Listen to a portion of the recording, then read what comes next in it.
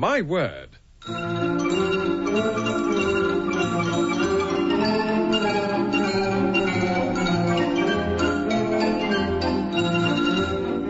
panel game devised by Tony Shrine and Edward J. Mason. Dilys Powell and Frank Muir challenge Anne Scott James and Denis Norden in a game about words, with Jack Longland in the chair.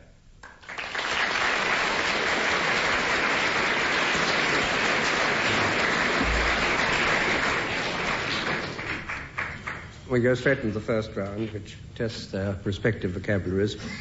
And I want to know, for 2 marks, what is the dictionary meaning of these particular words.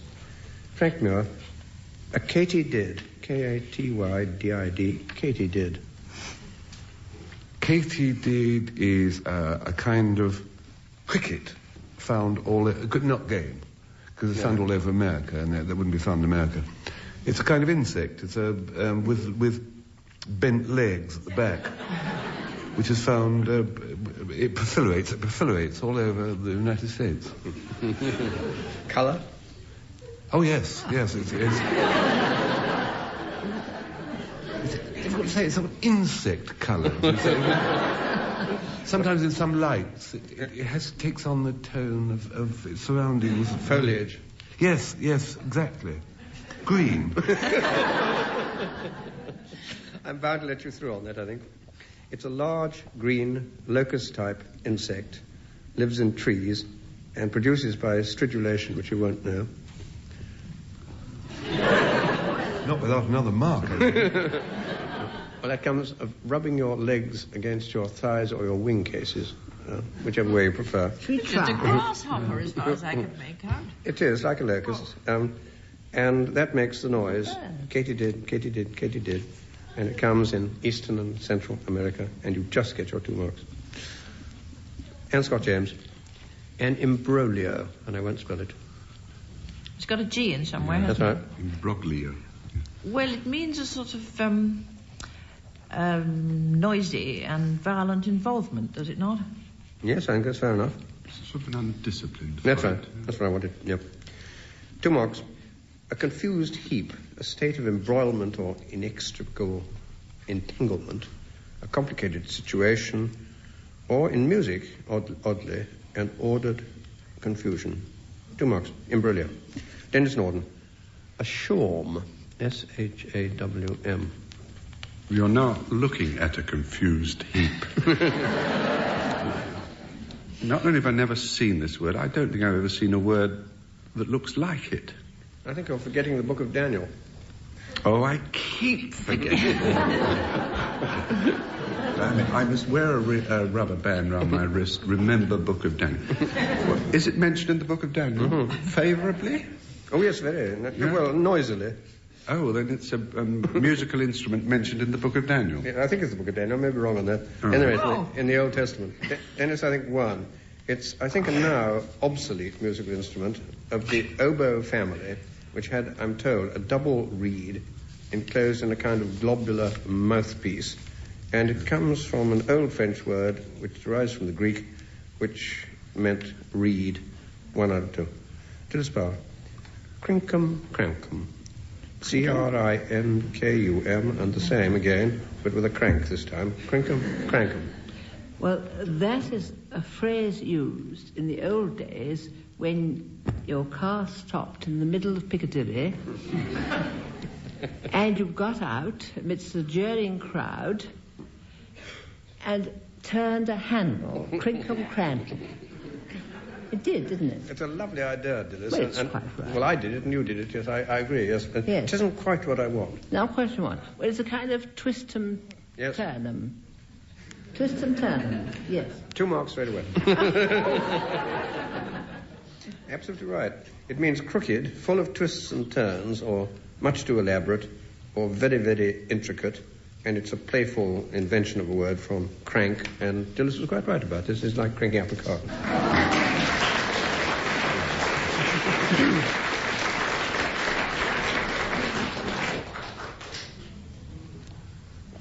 Ladies and gentlemen, for those who like to guess ahead at the stories, Frank, what's your quotation for later on in the programme? Mine is from Lewis Carroll, and it's time to come on the board, so to speak, of many things, of shoes and ships and sealing wax, and of cabbages and kings.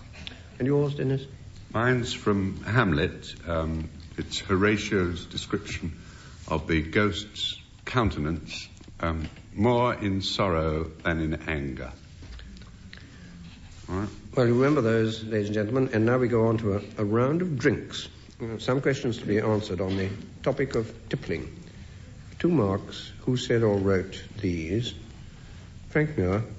They who drink beer will think beer. It's a good line, actually, isn't it? It was written. It wasn't written. It was noted. It was quoted by Washington Irving. That's what I wanted. I think when he was in England at Liverpool, and he certainly didn't invent the line because he wasn't capable. Frank has broken through brilliantly. This is Washington Irving in his sketchbook called Stratford, and I think it was when he was on tour here in England in the 18th century. They who drink beer will think beer. 2 marks. Well, now to Anne Scott James. He is believed to have liked port, but to have said of claret that it would be port if it could.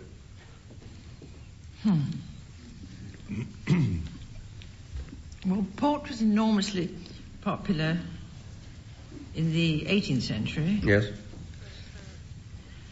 A distinguished classical scholar. Oh, Bentley, I would think. Absolutely right. This is Richard Bentley, who lived between 1662 and 1742, and no doubt had a great deal of port, a great deal of college high tables. And this was what he said about port. 2 marks. Perhaps they still are. Now, Denis Norden, I've made it a rule never to drink by daylight and never to refuse a drink after dark. That's a good rule, actually. Can't tell anything but the style of that, actually. I made it a rule never to drink by daylight, never to refuse a drink after dark. He had ideas about women as well as about drink. Well, that really doesn't make him terribly exclusive. Particular. Ideas about transatlantic women.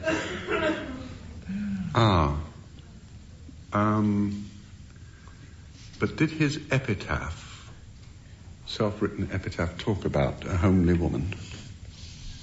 Today you have the advantage of me, Denis. I didn't know. Well, I was thinking of Mencken. Yes, that's right. Absolutely dead right straight away. If you would... Tell me what he's... Well, I can't remember it all, but what he wanted his epitaph is if you would want to please this shade, then wink at some homely woman. Splendid. Something else beyond that. Well, I think that's wonderful. I mean, he's got the epitaph as well, so I'll give him 2.5 marks this time. Well, Dilys Powell, work is the curse of the drinking classes. Sounds like Shaw. Irishman, but... Irishman, not Shaw. Not Shaw. Not Shaw. In my right ear, a voice says Oscar Wilde. I think the voice in your right ear is probably accurate. I'm very grateful to it. This is attributed to Oscar Wilde. I'm not absolutely certain of the accuracy of the attribution, but I'll give you 2 marks, because that's what I've been told. Thank you. And now we have a round of origins and derivations, and for 2 marks, how did the following words or phrases originate, or from what did they derive? Frank Muir first. A seersucker suit. It derived from the material out of which the suit was constructed, Jack.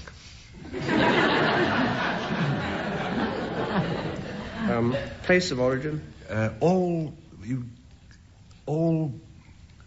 strange small boats with funny names are Mediterranean. These are the things you learn when you do a lot of these programs over the years.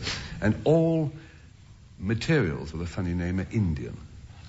Yes, particularly their cotton, which seersucker is. It's that stuff with wobbles in it, isn't it?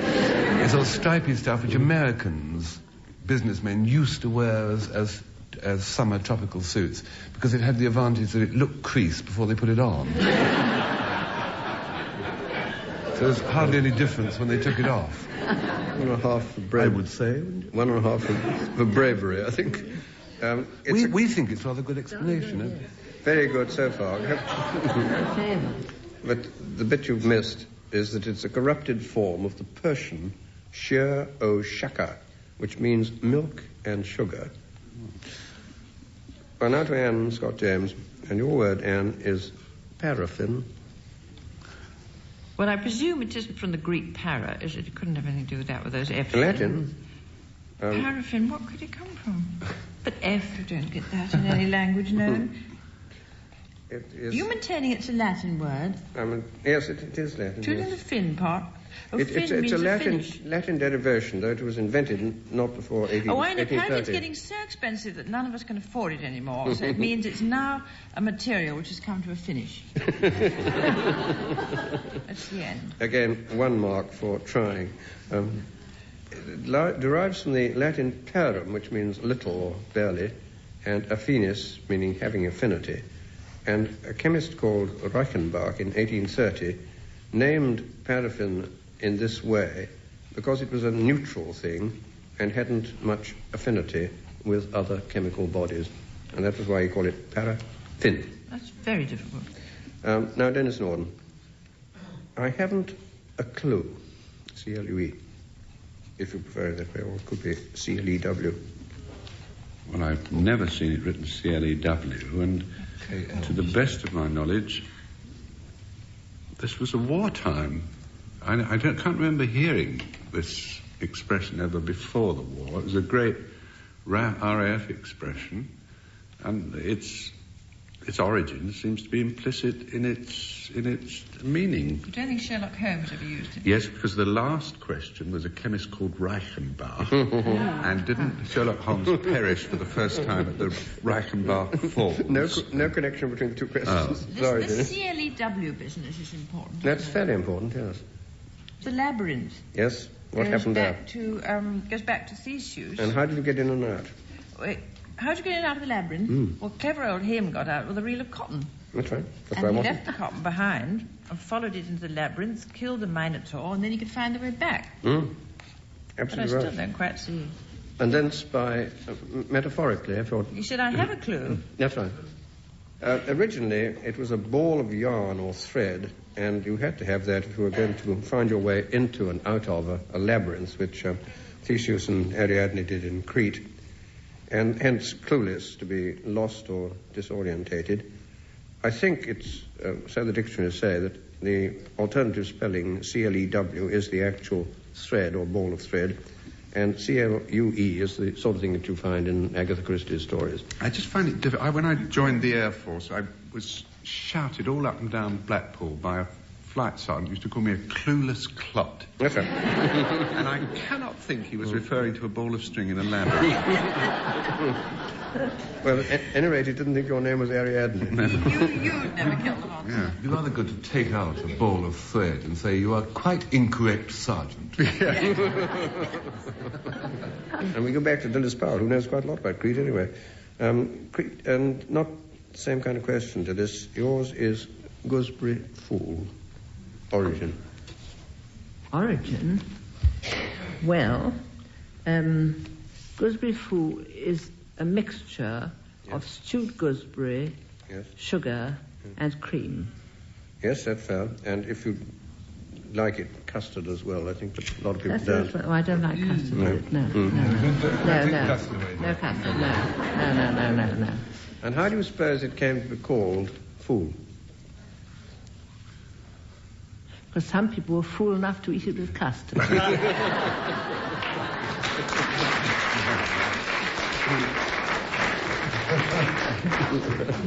For that culinary snobism, I'm bound to give you 1.5 marks. I think it's a back formation, or at least so the dictionaries say. A fool is a chap who trifles, and therefore trifle and fool are equivalent terms, and therefore this, which is a curious form of trifle, pudding, became known as fool. 1.5. Well, now we come to the last round, and Frank and Denis's quotations.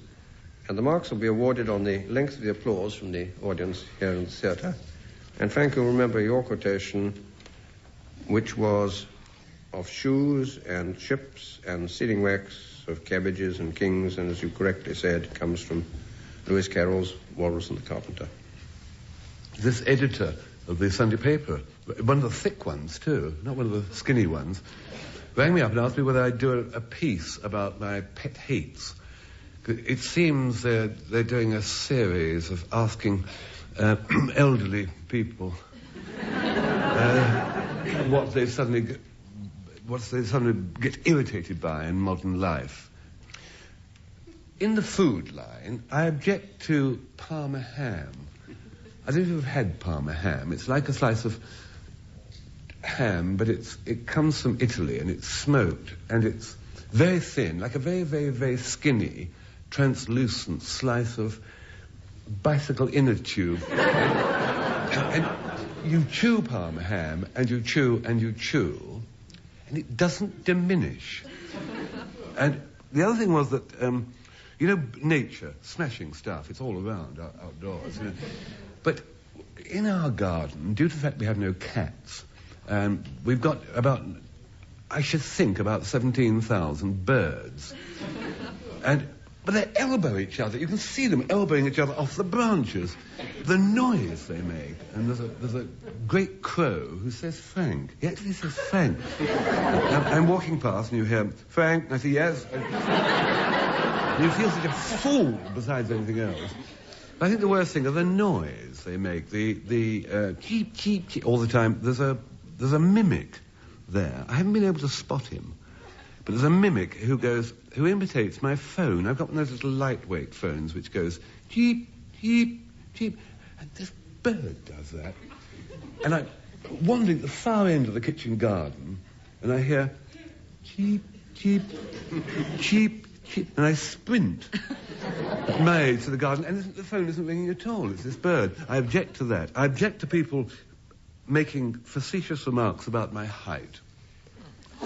When I walk into a house, they're saying, mind your head, we don't want the ceiling down. Or if they say, stand up quickly and bring the ceiling down, we could do with the insurance money. That side of waggishness I object to very strongly. I object to talking to cabbies when I'm being driven along, because, for one thing, it doesn't work. For one thing, they talk, but they're talking forwards. You can't hear what they're saying. And you're talking forwards, so both the voices are going forwards and none is coming back. And crouched there kneeling on the mat at the window, waiting to get to the traffic light so they're going to hear something he says. And I have nothing to say to a cabbie. All I can say is, been on holiday, the back of your neck's very brown. I'm kneeling on this coarse coconut matting with my face pressed up against the aperture in the glass as I am in a high-speed mobile confessional.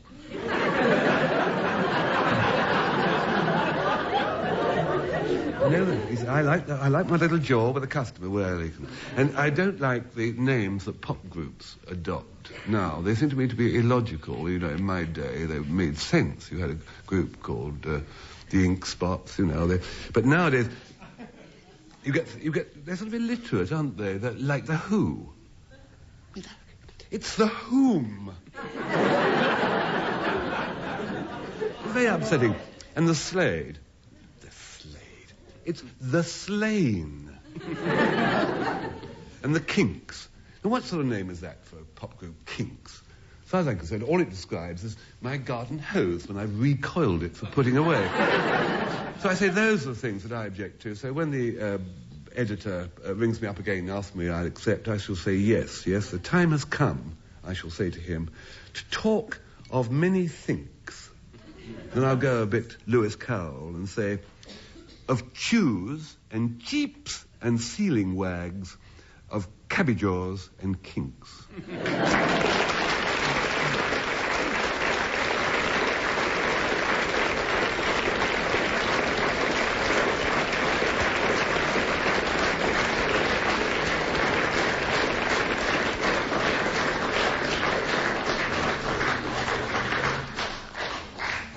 Well, I think we all share some of those dislikes. And we go on now to Denis Norden, and his storyline, if you remember, was more in sorrow than in anger. Madam Chairperson, ladies of the Hampstead, Highgate and District Literary Society, in responding to the toast of the guests at this, your annual literary dinner and conversazione, I feel I owe you an apology on 2 counts. Firstly, for making this formal response wearing a pair of gardening trousers and a wonderful Radio 1 T-shirt. Secondly, and perhaps more importantly, for the embarrassment and acute shock to which I subjected this distinguished company a half an hour ago by running stark naked down the full length of this magnificent banqueting room. Now, it may appear difficult at this time, with so many ladies still receiving treatment from the St. John's ambulance man, it may appear difficult to offer an adequate defense of either of those social solecisms. Let me tell you the reason why I haven't accepted this kind of invitation for 20 years. It's my dinner jacket. You see, Madam Chairperson, the only dinner jacket I possess was one I purchased at the time of the Festival of Britain. Now, that was, of course, 1951, and I'm afraid that, like Britain, I'm just not in the same shape that I was then.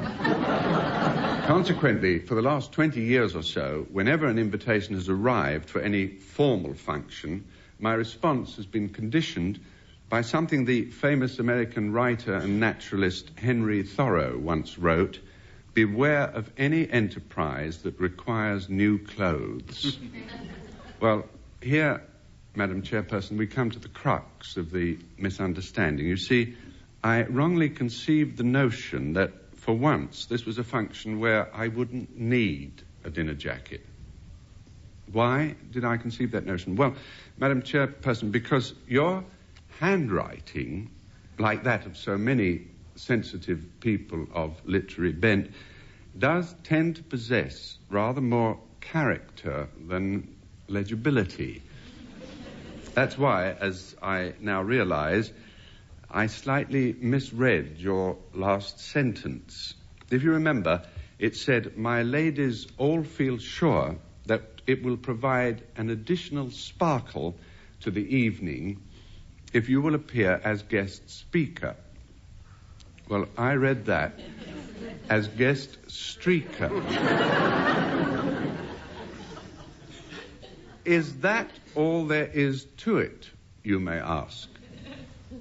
In fact, that's what dear old Mrs. Hopkins did ask as I passed her chair. Well, no, it's not exactly the whole of the story. You see, you do have to admit that, A, you were offering an unusually generous fee, and B, there has been quite a lot of publicity recently about this new fad of booking male strippers for all ladies' social functions. So, putting all things together, I wouldn't say I was quite delirious at the prospect, but I reckoned that by arriving in just the old gardening trousers and the T-shirt, doing a quick peel-off in the gents, then sort of working up a burst of speed going through the residence lounge. Well, it's still an easier way of earning a few quid than sitting in a hot studio twisting quotations. It was, Madam Chairman, simply a series of misunderstandings. If I seem to harp on that somewhat, it's simply because of the many harsh accusations your ladies have been hurling at me since I first made that goose-pimpled jog-trot through the gilt entrance doors, the most wounding of which, apart from the jug of hot coffee, the The most wounding was the statement made by Mrs. Culbertson when she seized the speaker's mic and alleged that I was making a gesture of middle-aged defiance of the kind Mr. Sinatra has enshrined in the phrase, "I did it my way." Well, Mrs. Culbertson, for your information, and because this is still a literary evening, that phrase was coined by Paul Anka, not Frank Sinatra. And what's more, I did not look upon it as a gesture. It simply seemed to me, in Henry Thoreau's phrase, the first enterprise in years that did not require new clothes. In fact, if I have to apologize in literary terms, the most appropriate defense comes from Hamlet. My reasons for doing it were, in Horatio's words, more in Thoreau than in Anchor.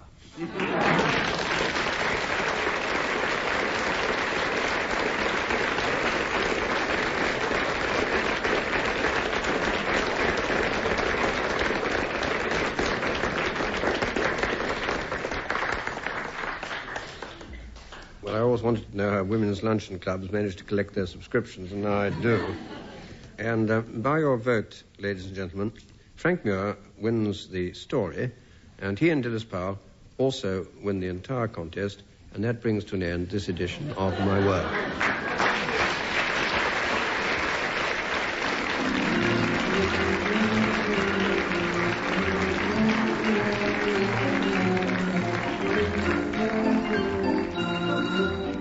Taking part in My Word were Anne Scott James, Dilys Powell, Denis Norden and Frank Muir.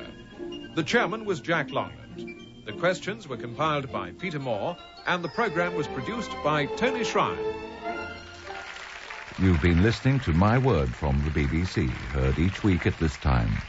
This is the WFMT Fine Arts Network. My Word.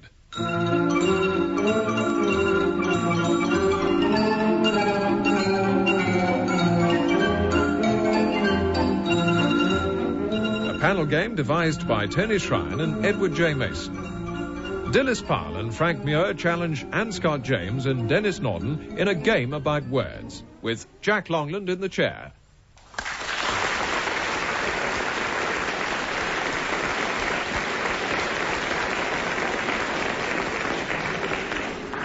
And we go straight into the first round, which tries to test their respective vocabularies. For 2 marks, what's the dictionary meaning of the following words? Beginning with Frank Muir. Frank, a glitch. Glitch. What a good word, isn't it? A lovely word. Glitch. I would have thought, it could be many things, Jack. I would have thought it's a boil on a horse. Has that sort of feeling. Yes, it's a bit more mechanical than a horse. Ah, a glitch. Oh, I know, it's those black bits you find floating on your coffee in industrial areas. A glitch. It's terribly sort of... Or could it be? No. How long do you want me to go on with this rubbish? Stop, you've lost. Failed electric. I'm going to give half a mark for ingenuity. What do you think? It's a fairly new word. It's in Chambers' dictionary. I don't know it's in any other. That's used by space technicians in America for a defect in a rocket, either in the space capsule end of it or its propulsive mechanism. It can be something quite small, a minute change in voltage, which they don't like much, and they call that a glitch. Half a mark. I think the glitch spells out, it's one of those words which has a good little instrument to confuse Houston.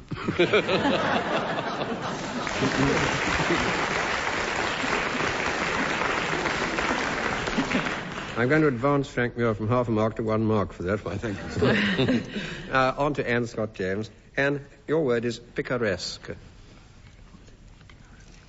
Well, you always hear it applied to novels, so I don't see why it shouldn't be applied to other forms of literature. A picaresque novel is a novel which is all about rogues and rogues, in fact. Yes. And vagabonds. Yes. Do you remember where it comes from? Well, I know it's a Spanish word, not a French one, which you might think, but I'm afraid I don't know what it is. That's good enough. Yes, absolutely right, Anne. That's 2 marks.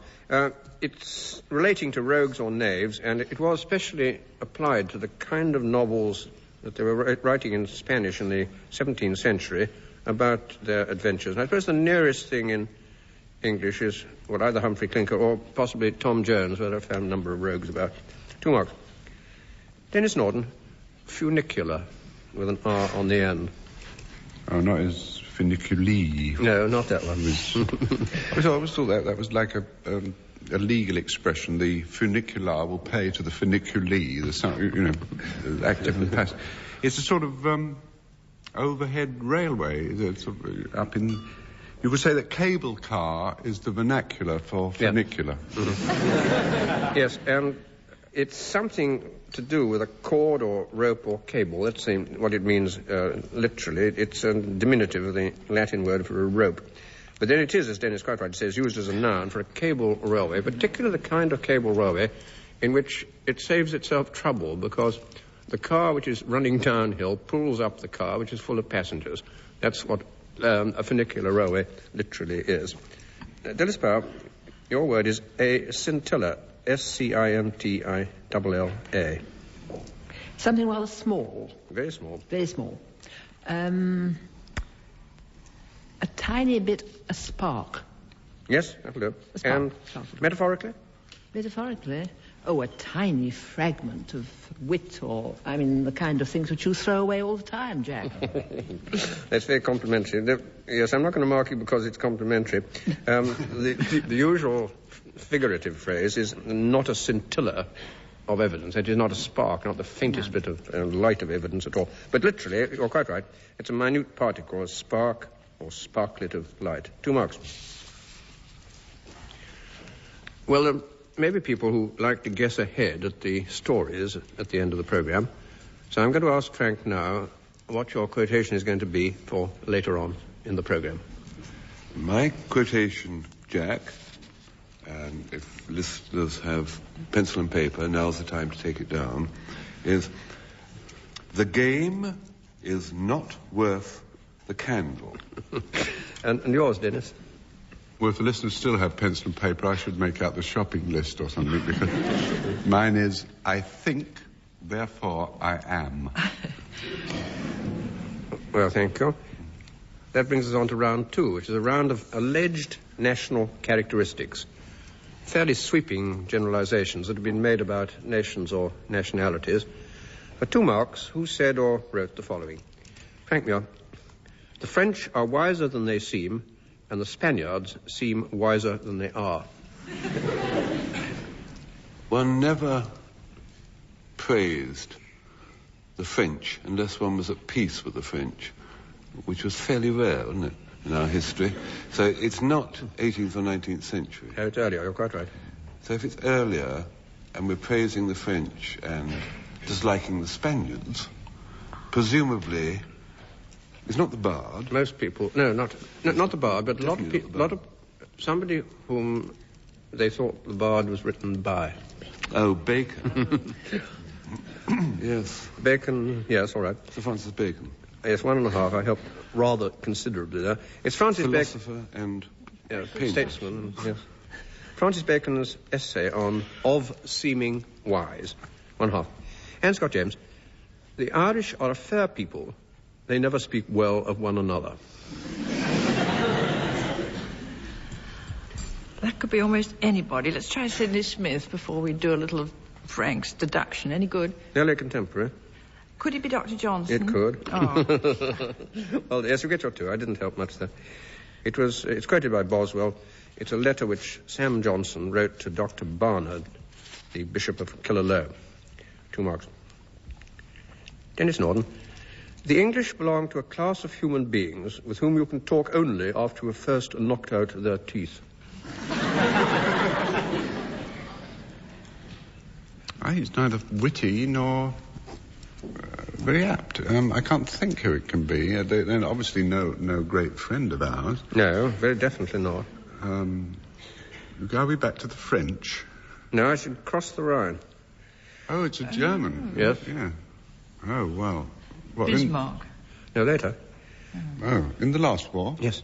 Albert Herring. Yeah. I don't know, it could be any of that lot. Any of the chaps who were fighting. Was it one of the Nazis? Yes, it was. And one who spoke a lot. Goebbels. Goebbels. Dr. Goebbels. Dr. Goebbels. I think you get there. That was a bit of ingenious work. Dr. Goebbels, from a speech around 1940. Dilys Powell, let it be clearly understood that the Russian is a delightful person till he tucks in his shirt. Said by an Englishman. Yes. Said by an Englishman. A politician. No. Not a politician, It's right. fairly sort of elitist, Yes. isn't it? Yes, that's right. A novelist. Yes. A novelist. Short story writer, more than a novelist. Oh, short story writer, no. No, who wrote short stories? Hardy, no. Yes. But no. No. Look, we must go on for a bit. Come along. Yes, they tended to come across the passes, the Russians, who didn't look out. Kipling. Yes, that's what I wanted. I think...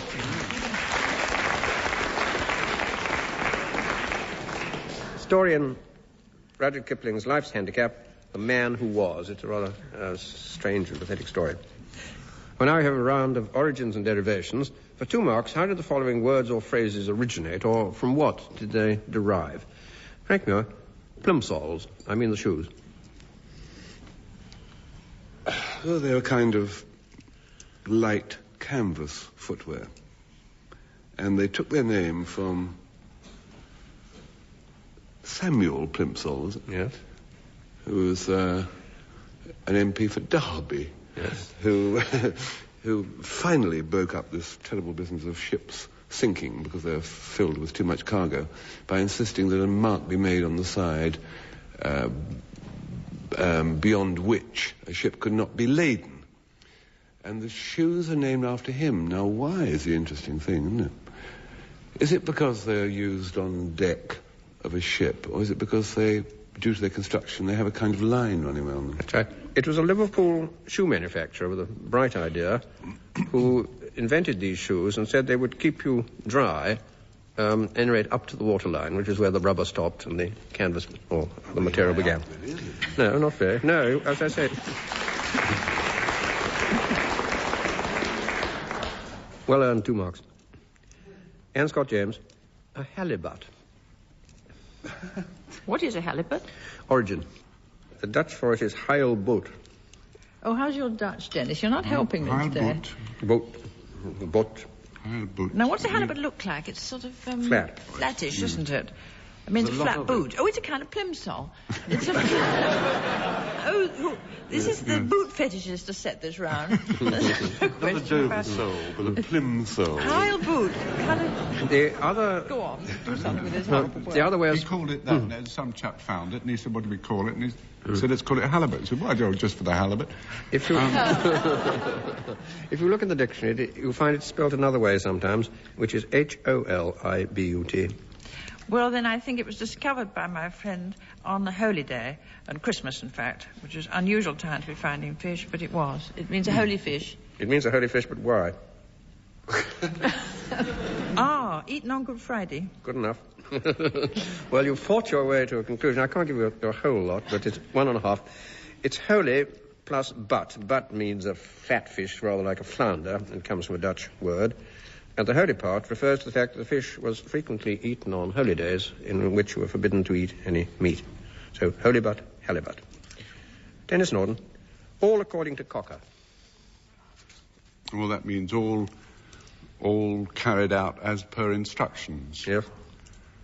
And Cocker was, I don't know, he was obviously an expert or an authority on something. He was an authority, but can you... Yes, he was an authority on doodle-doo.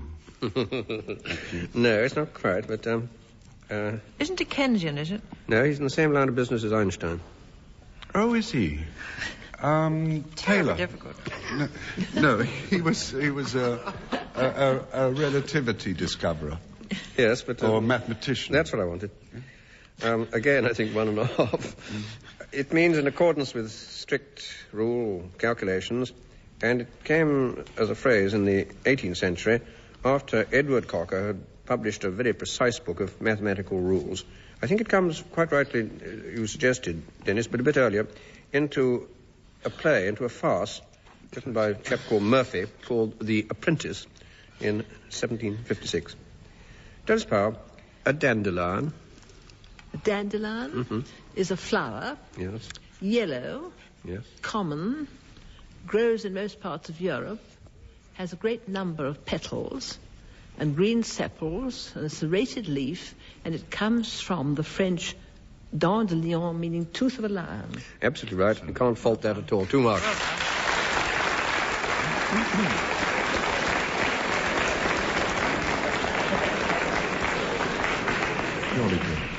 If everybody answered like that, we'd get a lot more productivity on these on these panel programs. I'd written down, incidentally, as a help, dent de lion, turkey of lion, but And now we come to the last round, and to Denis and Frank's quotations. And the marks will be awarded on the length of the applause from the audience here in the theatre. And Frank, your quotation, which is, I think, a familiar proverb, the game is not worth the candle. I think it's a proverb that comes in most languages. yes, a very true proverb, actually. When you earn your living as a writer, this proverb soon sort of bears itself strongly upon your thinking.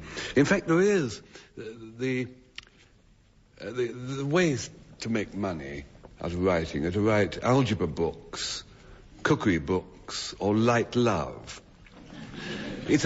My scheme, and I think this is a pretty good idea, is to do a kind of female version of Tom Jones.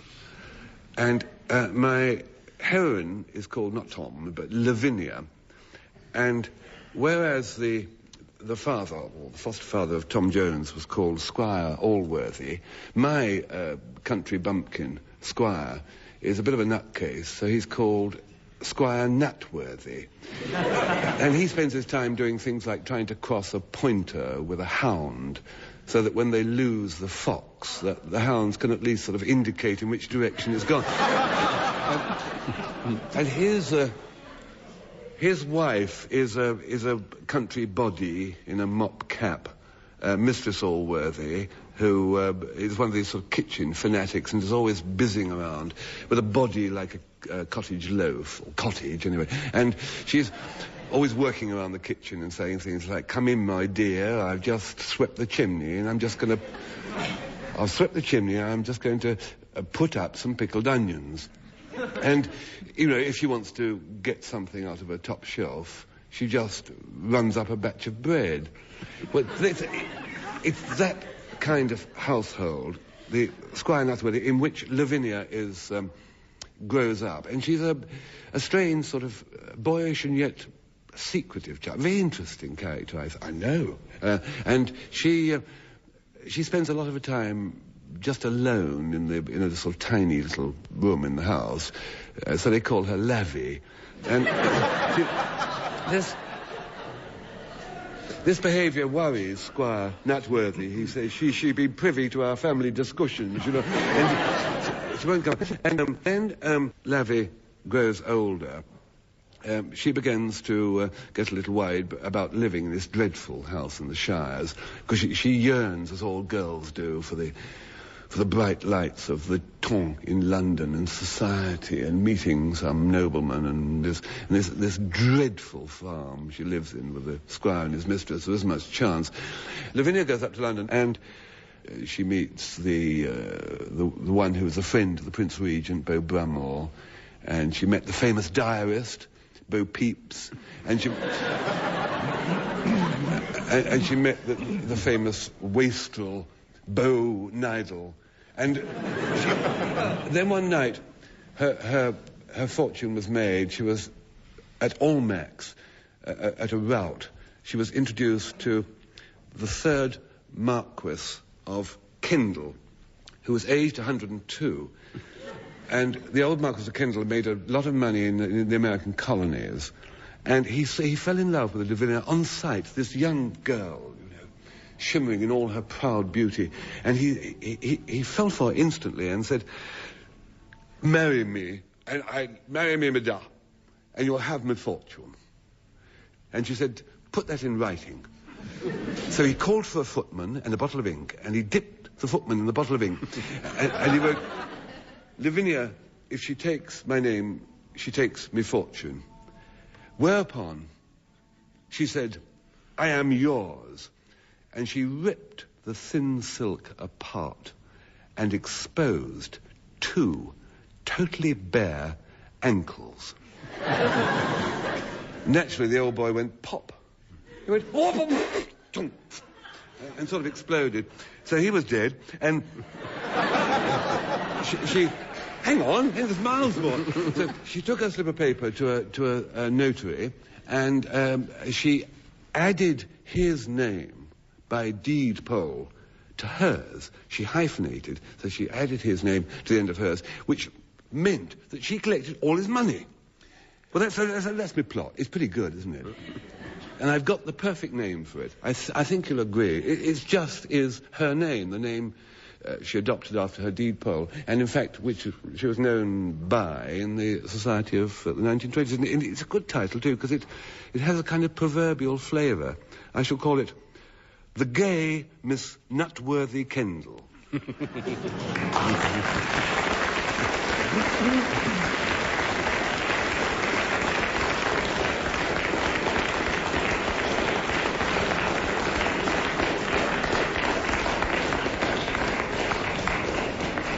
Well, that seems to me fielding heavily across to the Ian Fleming, but we'll go on to Denis Norden.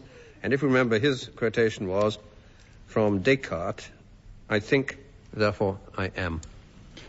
Well, although I think, therefore I am, is the line on which Descartes rose to stardom, the truth of the matter is it's not what he actually wrote.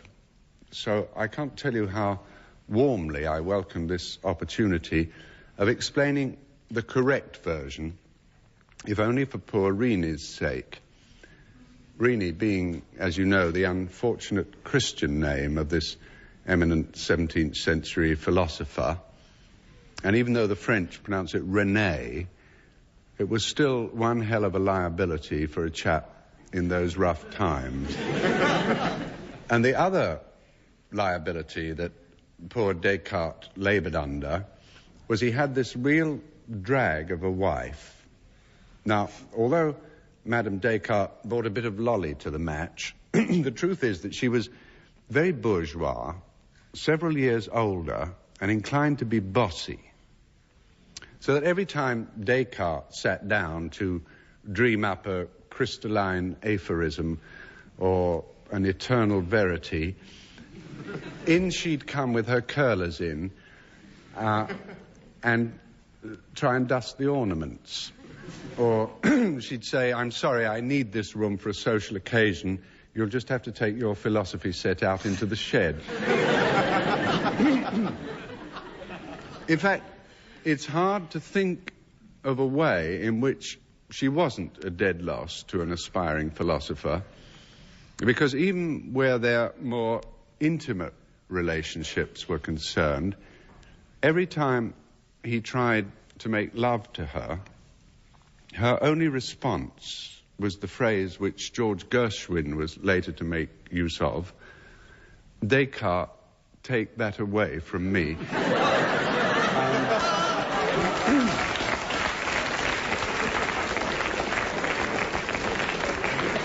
So under such miserable working conditions, you may wonder, how did Descartes manage to become number one on among the philosophy toppers?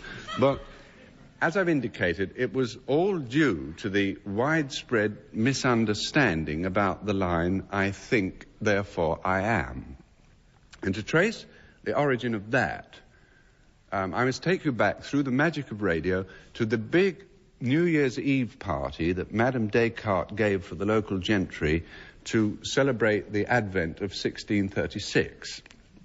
Because what she decided, you see, was that it wouldn't be a formal affair. What they'd have would be a buffet.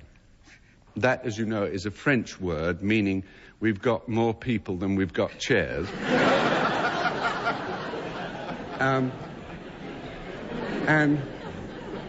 And what's more, as it was to be a very late do, with the guests not arriving till around 11 o'clock, Madame ran up an enormous batch of that French version of bacon and egg flan they call quiche. Madame Descartes said to Reni, she said, I'll put all the quiche out on the sideboard, but what I don't want is people helping themselves all through the evening and treading a whole lot of crumbs into the aubusson. So I am relying on you to see that nobody starts digging in till an hour after we've seen the new year in, when they can all take plates and eat properly, you see. So there you have the situation. The founder of the Cartesian school of philosophy relegated to the position of securicor for bacon and egg flan. Well, as he said to Father Dinet, a Jesuit priest who was about his only friend at that time, as he said to him, "This is not really doing my career any good at all. Being stationed at the sideboard till 1 o'clock in the morning, I'll be a limp rag tomorrow, and that'll be another day with no philosophy done." So the good father said, "Well, look, Reen," he said, "why don't you use this as working time? Take a pen and a paper serviette, and while you're sitting here, just ad lib a few lofty thoughts and jot them down." And Descartes said, "That is not a bad idea. Give us a lend of your quill." So for the next hour or so, there by the sideboard, the two friends sat, and Descartes was just scribbling out a few zingers about corporeal rationality and adventitious volition, when suddenly he looked up, and to his horror, he saw Father Dinet had absent-mindedly helped himself to a quiche and was quietly munching it. Well, Descartes was just about to say, "Hey, watch it. They're not supposed to be eaten yet," when he noticed something else. There, not 2 meters away, and within earshot, stood his wife. So thinking very fast, he took another paper serviette and wrote the message down on it, and then he furtively shoved the serviette under Father Dinet's nose. And that, ladies and gentlemen, was the point where this 300-year-old misunderstanding originated. Because that line, which Father Dinet later published to the world as "I think, therefore I am," what it in fact referred to was the time ban on the bacon and egg flans. You see, what Descartes actually wrote was, "I think there for 1 a.m.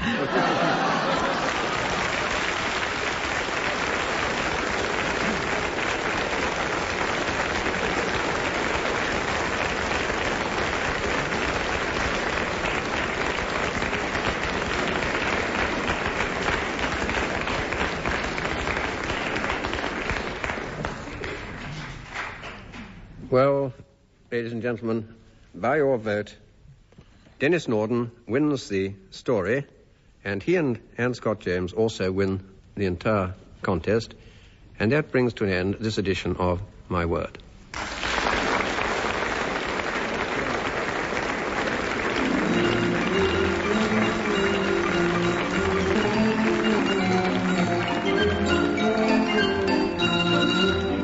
Taking part in My Word were Anne Scott James, Dilys Powell, Denis Norden and Frank Muir. The chairman was Jack Longland. The questions were compiled by Peter Moore, and the programme was produced by Tony Shrine. You've been listening to My Word from the BBC, heard each week at this time. This is the WFMT Fine Arts Network. My Word.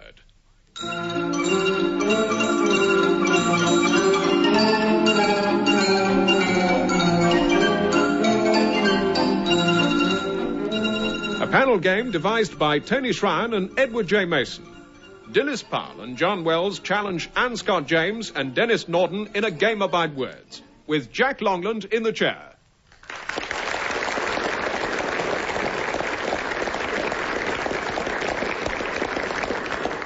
And we go straight into the first round, which tests their respective vocabularies. For 2 marks, what's the dictionary meaning of the following words? And we begin with Denis Norden. Denis, yours is formication, F-O-R-M. I associate it with ants. Yes. They do something which produces acid. The state of having formic acid is formication, is it? No. Or producing formic acid? No, it's... Or being sprayed by formic acid? Is it the making of those awful ant hills? Anything to do with that? It's if you're a bit too familiar with ants, it's what might happen to you. Oh, it's what you get as a result of being in contact with. Ants in the pants. Yeah. We've come full circle now, haven't we? Yes, you're not quite home and dry. I can give you 1.5. Oh, dear. It's a sensation like that of ants crawling over your skin. Oh, yes. I know. Dilys Powell. Hebitude. Hebetude. Hebitude. H-E-B. That's right. E. T-U-D-E. Hebitude. I think that's something not being very bright. That's quite right. Not being very bright. Take it a bit further. The condition of being not very bright. You're being rather too polite. Am I? Yes. Condition of being a damn fool. That's right. 2 marks. John Wells. A hebdomadary. Hebdomadary.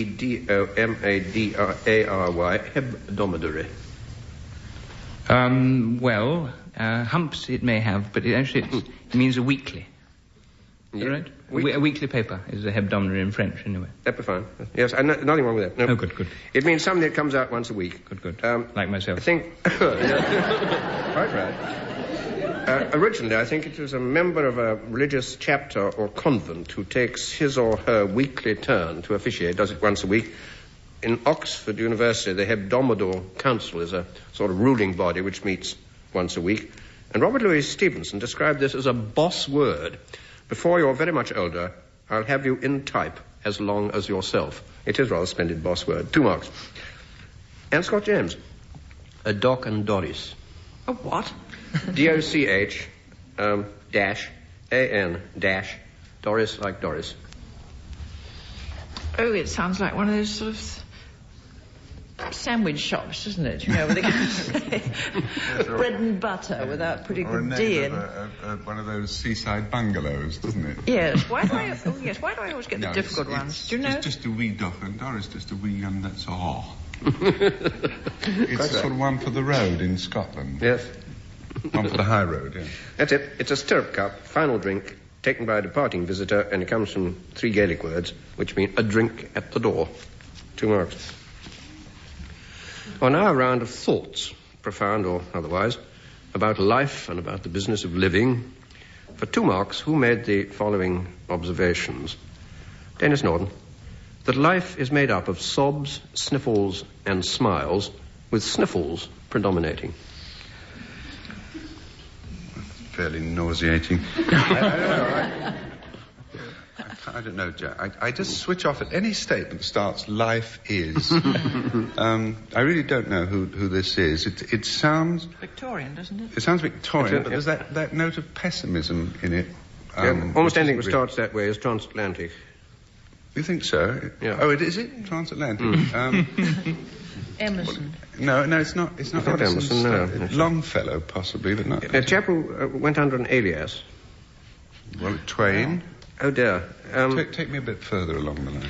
Well, there were 8 of him on the throne here. Oh. You say, oh, Henry. Yes. Okay, that's right. A certain amount of crude assistance there. Yes, there was, yes. 1 mark.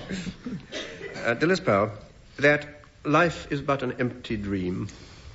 Sounds like a bit of a poem. Yes. It's a bit of a poem. Life is but an empty dream. Victorian poem. Yes. Bit of a Victorian poem of rather sentimental nature, full of snivels. Is it? Your partner looks rather intelligent about this one. No, I think it might rhyme with merrily, merrily down the stream. You think so? I'm probably wrong. The chap has already been mentioned by the other team. Longfellow. Yes. Can you do any more of it? It isn't actually in the bill, but... life is real, life is earnest, something or other. Life is not an empty dream. Is it? No, 1.5, I think. Tell me not in mournful numbers, life is but an empty dream, for the soul is dead that slumbers, and things are not what they seem. This is a Psalm of Life by Longfellow. Wisdom. Why not? Yeah. Now it's John Wells's turn.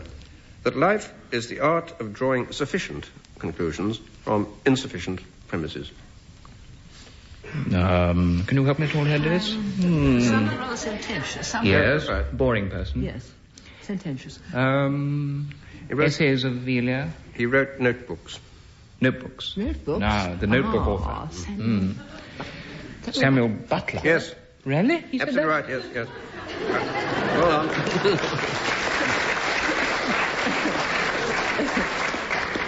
Well, I think my help was minimal there. I give John 2. Dilys's help was infinite. And Scott James.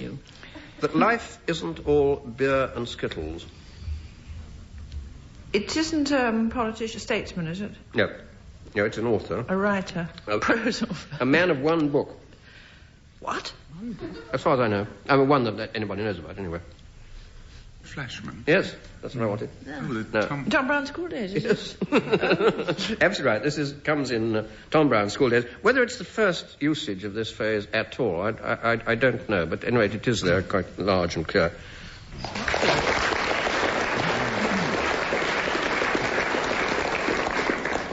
For now, a round of origins and derivations, and for 2 marks again, how did the following words or phrases originate, or from what did they derive? Denis Norden, hoity-toity. Well, it means sort of contemptuous sniff and a toss of the curls. Yes. I can remember about this. I can remember a Schnozzle Durante line. I think it was in one of his radio shows when somebody talked about a woman being hoity-toity, and he said, she may be hoity, but she'll never see toity.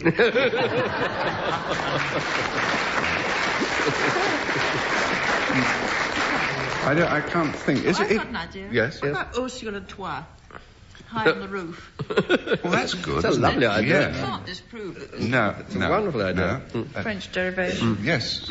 I'll You'll settle for that. I'll will you? stick, yeah. I got to give you 1. It's, well, of course, it's a reduplicated word like harum scarum. It derives from a verb now obsolete, to hoit, which meant to romp or to engage in riotous, noisy mirth, or behaviour indicating that you had a considerable contempt for the comfort of others. And then, as Dennis quite rightly said, it then came to mean stuck up.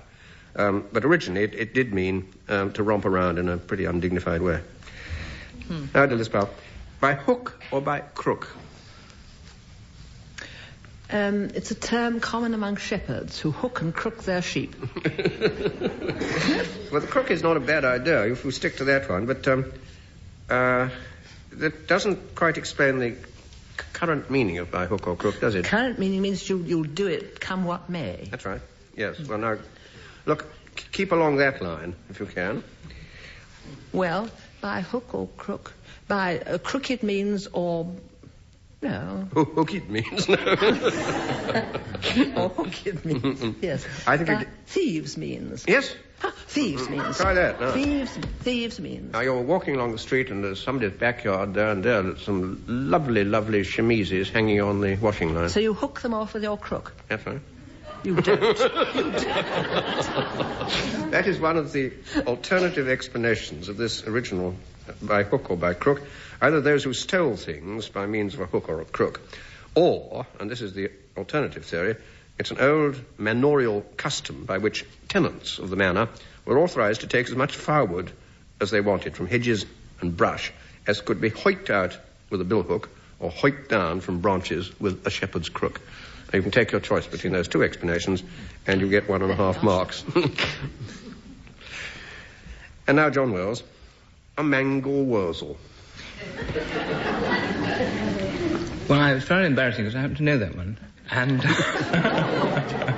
it's a German word which is Mangelwurzel. And Mangel means to be short of something, and Wurzel means a root. Yep. And it means literally a scarcity root. It's a rather boring answer, isn't it? And so it's transferred to kind of sugar beet type lumpy things with green growing out the top. Yes, if I tell you that it isn't mangle, which I agree you absolutely correctly translated, but mangold. Mangold? Gold. Oh, hello. Yes, in English. Does that help you?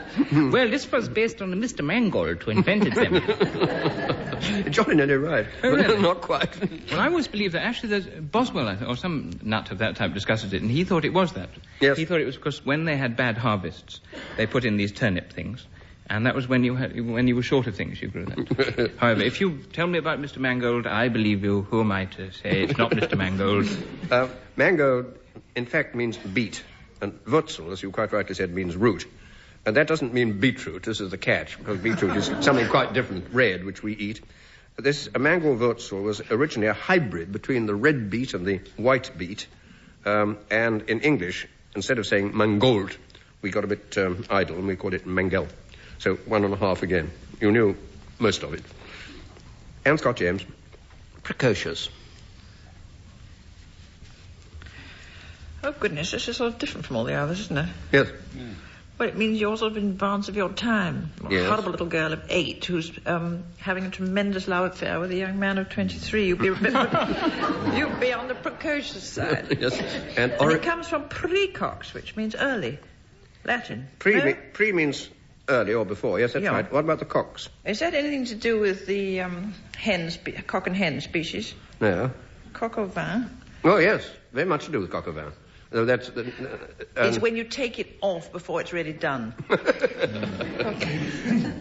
You make it awfully difficult for me, Anne. I'm going to give you 1.5. It's a Latin origin. Pre meaning before. Cockery means simply to cook.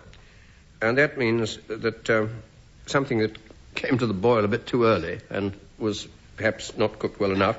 But in gardening, it means early fruiting, ripened by the sun before it's attained its full growth. 1.5 would be, I think, further.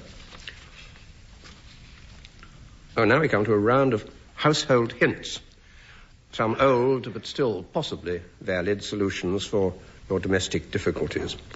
So for 2 marks, what you deduce to be the household problem for which the following is the traditional remedy. And I say at once, please don't sue the BBC if these recipes don't work. Beginning with Denis Norden.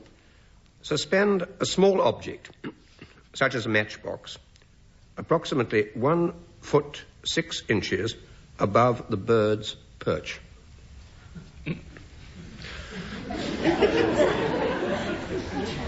I mean, Johns, I think I do know this, actually, because BBC do a splendid programme called The Living World, which nobody else but the BBC would do. And they had... I think it's on these lines. They had somebody write in to say that in these hard times they wanted to keep chickens, yes, but the rooster would wake the neighbours up. Yes. And they recommended that they build the hen house... I remember this impressed me, with a very low roof, so that the rooster hasn't got room to raise its head and go cock-a-doodle-oo. And it sounded so absolutely beachcomber until you realise it does make sense. Now, is that the same sort of principle? Splendid, brilliant bit of knowledge. I'm going to give you 3 out of 2. No, give it...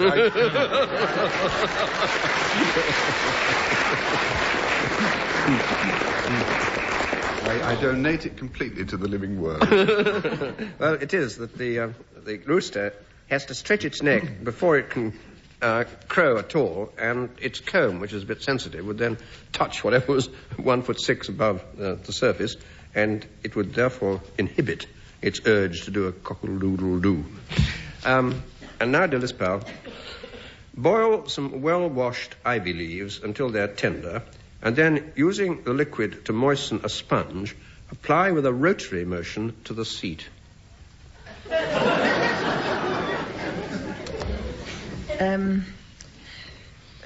I believe ivy is rather poisonous.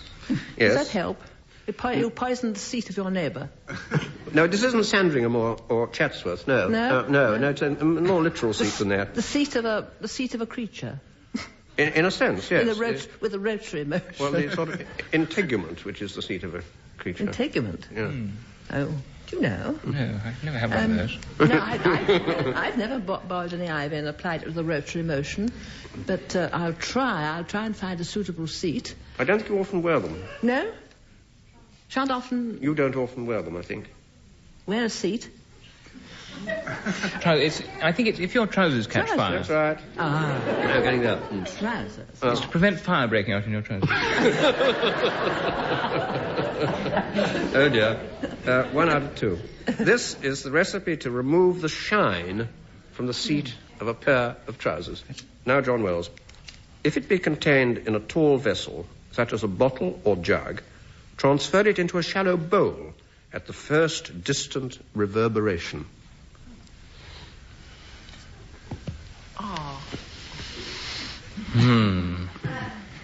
I suppose if you had something in a tall vessel... Yes. And it was thundery... Yes. You're absolutely on the right lines. And you were in danger of being struck by lightning. No, I wouldn't worry about the lightning. Stick to the thunder. I know what happens. Yes. If you got milk in a churn, right, and it would go bad because of the thunder. Absolutely right. Right? Absolutely right. Jolly good.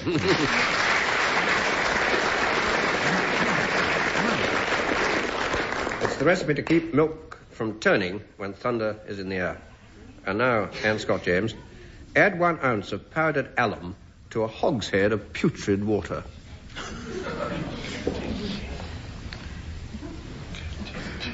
Denis is hissing my ears as how to make canteen tea. To a hogshead of what? Putrid water. Putrid water. Is this something of a witch-like nature for poisoning people? No, just the opposite. Oh, it's to clear the putrid water. That's you it. put the alum in and you have lovely pure water. That's it. 2 marks.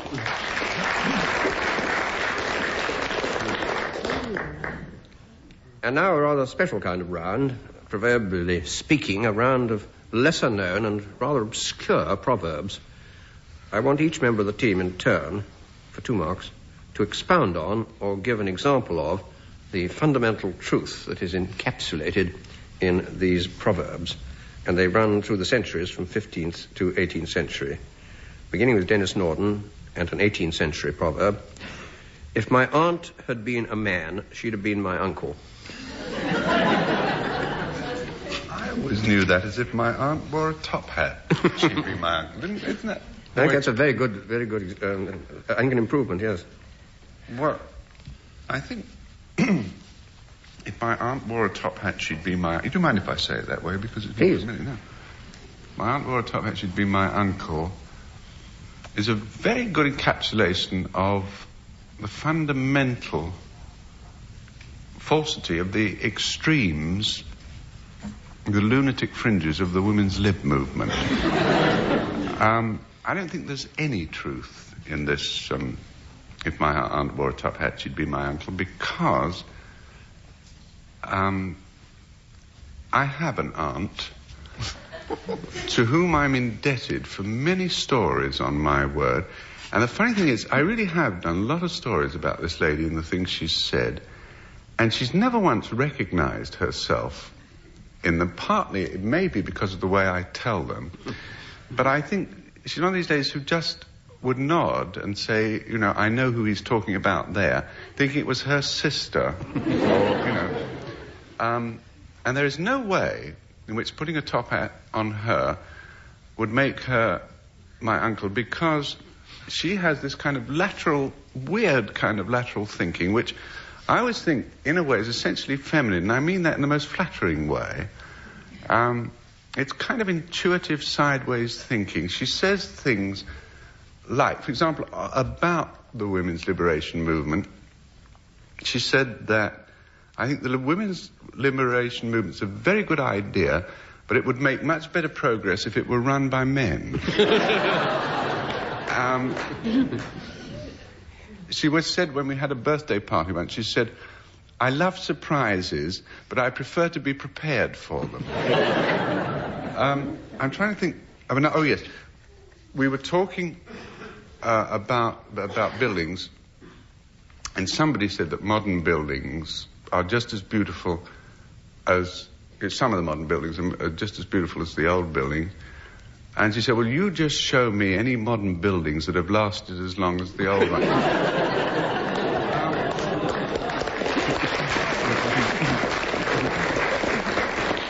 on that submission, I would say there is no way that putting a top hat on her would destroy that essentially feminine sideways logic. Thank you, Dennis. I think that gets 2 marks straight away. I can give it 2.5. Thank you, Dennis, very much. And now, Dilys Powell, yours is a 17th century proverb. If my shirt knew my design, I'd burn it. I have a feeling that you said 17th century. Yes. I should like to move it up to the 18th century and to consider its use in the prospect of strictly dishonourable designs. Let us think of Casanova, who was always full of strictly dishonourable designs, particularly with people's aunts. Not, I believe, their uncles. He did travel quite a bit after his notorious escape from the Leads. I think he lived in London for some time. And I should like to suggest that he began to become accustomed to English slang and therefore would use the word, not shirt, but skirt. And he might then have said, if my skirt knew my design, I'd learn her.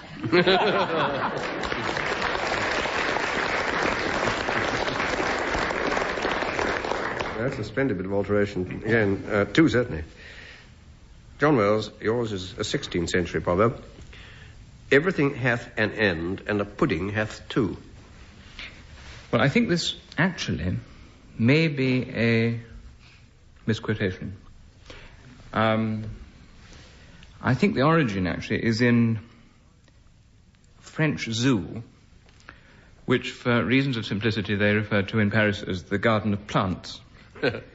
And in the French zoo, or Jardin des Plantes, in the... What year was it? Sometime in the 16th century. Sometime in the 16th century. There was a famous animal psychiatrist who was called Basile d'Aurevilly Goodman, who used to practice psychiatry on the animals. And he used to have the elephants in. They used to come and lie on his sofa and tell him what they were thinking about. And he'd straighten them out, and they'd straighten out the furniture. And he finally hit on this wheeze of the best sort of immediate therapy for disturbed animals was to connect them to an early petrol pump, 16th century petrol pump, which is called in French gasoline. And he used to notice that when he connected them to this petrol pump, it had a very curative effect, and that even completely cross-eyed elephants, after they'd been connected to the petrol pump, their eyes would very, very gradually come out straight, and they would expand a sense of well-being. One day, the man who was looking after the bears heard one of the bears, I think Biffo le bear, was in his cage singing an early 16th century song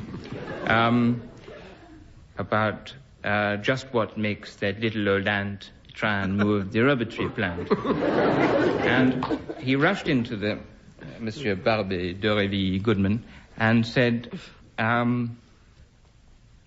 far as I remember, a bear, you think, as an ant, better put in gas, too.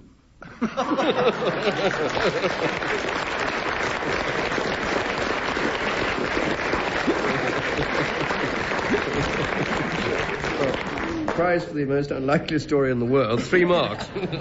Well done. Now, Anne Scott James, and yours is 15th century.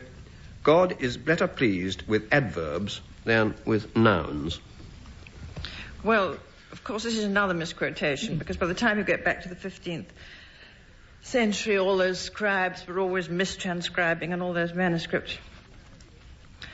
What it really is, I think as we know, God has always been rather anti-women's lib and doesn't approve of women in religious offices. At least he's never really let them have it in most religions. And what it should read is, God is better pleased with abbots than with nuns. I can give you 2 marks straight away.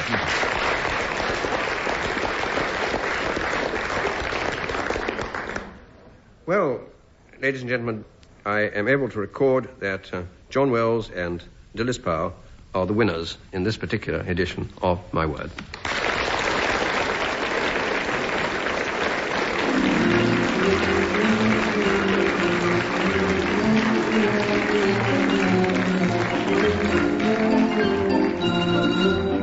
Taking part in My Word were Anne Scott James, Dilys Powell, Denis Norden and Frank Muir. The chairman was Jack Longland. The questions were compiled by Peter Moore, and the programme was produced by Tony Shrine. You've been listening to My Word from the BBC, heard each week at this time. My Word.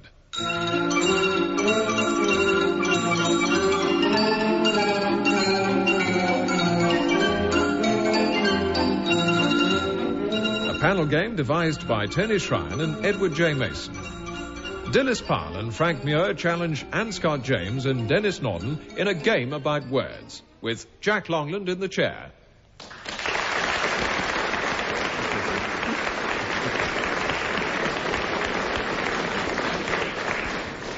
And we go straight into the first round, which tests their vocabulary. For 2 marks, what's the dictionary meaning of the following words? We begin with Denis Norden. Denis, your word is detritus. D-E-T-R-I-T-U-S. Detritus. That is great. I don't know how many years we've been doing this program. That's the first word I've ever had in this round that I've actually used. I actually did it because we were flooded, and after it's all gone down, everything's so smelly. And you have to get it carted away, and the underfelt all goes stinky and soft, you know.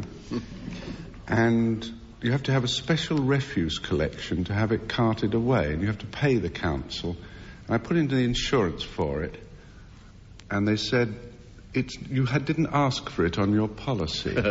Now, Noah would have been the only one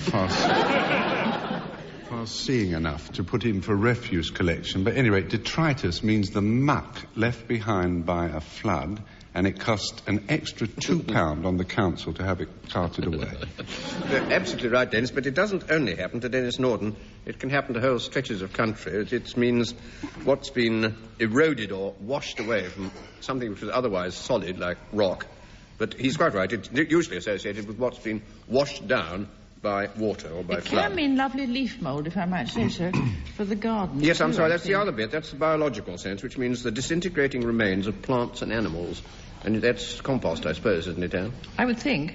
Or what's been sort of left behind when 4 million years of trees have left their leaves. When you're served it up in a macrobiotic restaurant, you then suffer from detritus. It's nearly right, but not quite. 2 marks. Dilys Powell, your word is simony. S-I-M-O-N-Y. Well, that's a kind of... that's something to do with the church. Yes. And it's not quite right, is it? It wasn't regarded as very right. No, not quite right. St. Peter didn't think so. It's a kind of corruption. Yes? Church corruption, getting money for nothing.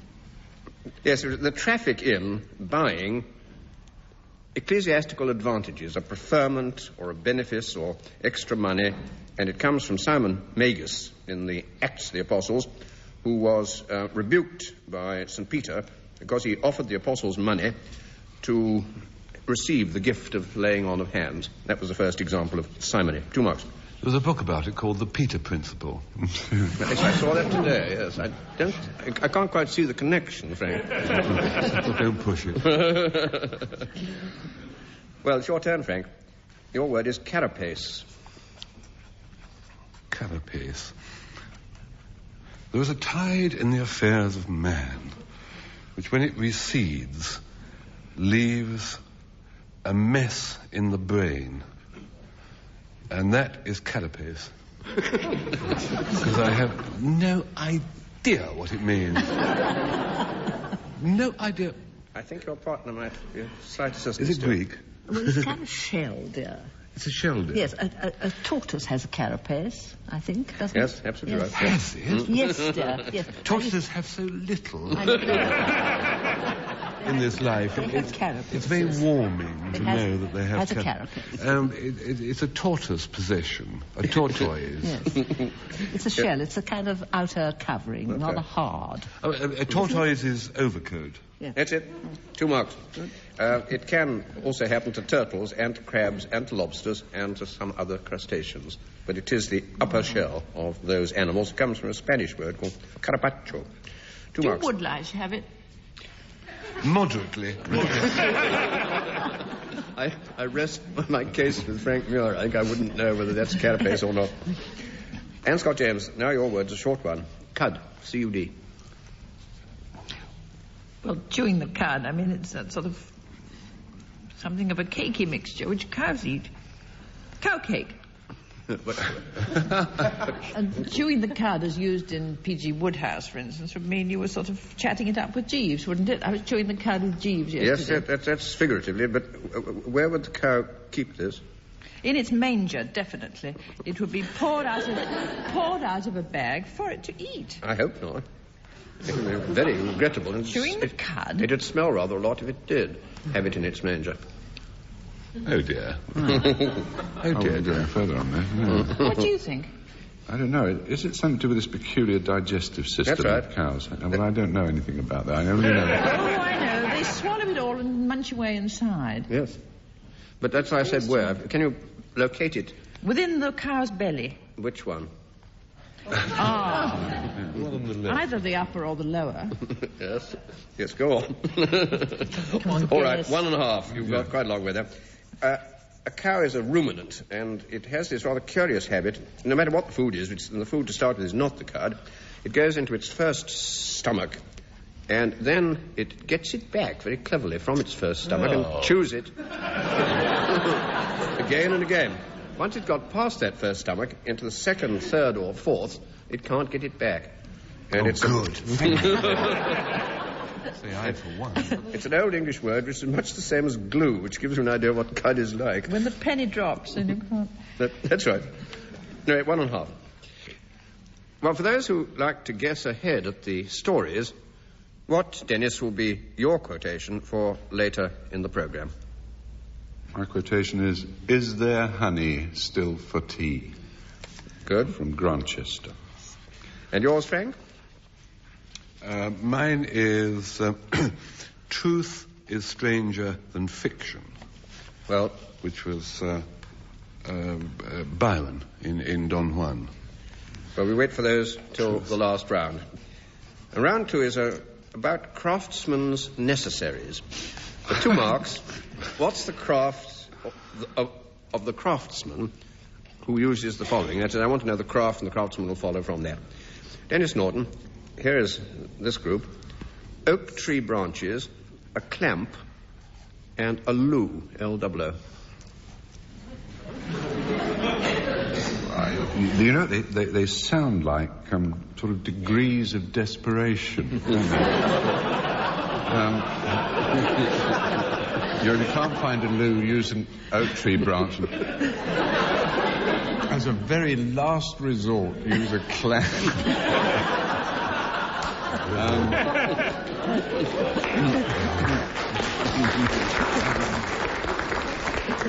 It's a bit more rural than that. Is it? I remember when we did French, we always used to do those interminably boring stories about charbonnier. That's right. Or charcoal burner. Absolutely right. You've got that. But do they do it over here, charcoal burner? Yes, they do. Still, but not quite so often. Oak makes the best charcoal. The clamp is the funny dome-shaped fire where you piled it up, where the wood was sort of toasted into charcoal. And a loo was a canvas screen, as you won't be surprised to hear, that you place on the windward side of the clamp. It regulates the draft. Dilys Powell, a hot chisel, bellows, and a halfpenny snub-end scroll. Bookbinding. No, it's hotter than that. Something to do with with blacksmith. Yes? Something to do with a blacksmith. Bellows, hot chisel. Yes. A blacksmith. It'll do. That's 2 marks. I don't need to explain the hot chisel or the bellows. A halfpenny snub-end scroll, you've got to believe this one. It's a small, squarish block of iron with a 1-inch groove on its side that's used for finishing wrought iron with a rounded tip. 2 marks. Goody. Yeah. Frank goes down. Frank, a Jarvis, a spokeshave, and a fellow with F-E-L-L-O-E. Well, a spoke shave is used for shaving spokes. Yes? You're dead right. It's a nice tool, a spoke shave. Is it making wheels? It is, entirely. Jarvis is the name of the chap who pumps the bellows. Jarvis is a hollow-bladed plane used for rounding the contours of a spoke in the wheel. And a fellow is a bit of the outer circle or circumference of the wheel. You get your 2 marks. And Scott James, an eaves hook, a reed holder, and a webble. W-E-B-B-L-E, webble. Could this be anything to do with thatching? Absolutely right. Oh, it is. The eaves hook is a kind of knife shaped like a sickle, used for trimming the thatch so it looks neat. Webble was a barred thrashing frame against which the newly cut reeds are beaten so as to remove the ears. 2 marks. Well, now we have a dip into a collection of verse very well known to our grandfathers, and in some cases our fathers. That is Palgrave's Golden Treasury. For 2 marks, can you complete the verse or stanza from a should-be familiar poem which begins with this line? And Denis Norden, I must go down to the seas again. To the lonely sea and the sky, and all I want is a tall ship and a star to steer her by. And then the rhythm changes rather nicely there, and with the sail wind shaking and the bum, bum, bum, bum. It goes into rather syncopated rhythm. It goes into dactyls, I think, yes. That's absolutely right. And do you remember who wrote it? I didn't ask that. Maysfield. Yes. Sea Fever. Quite right. Favourite song. Yes. 2 marks.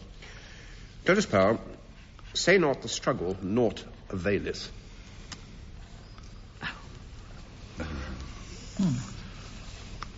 Oh, dear.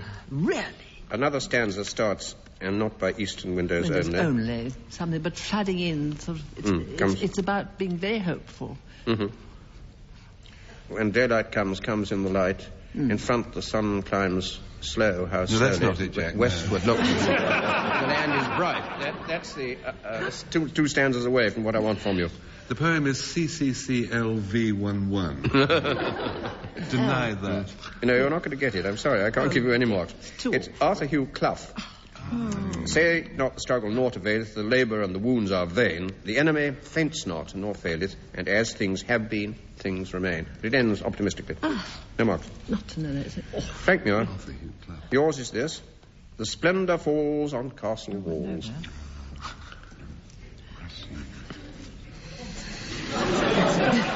It does not fall on Bothy. I dreamt I dwelt in marble halls. It must have been the coffee.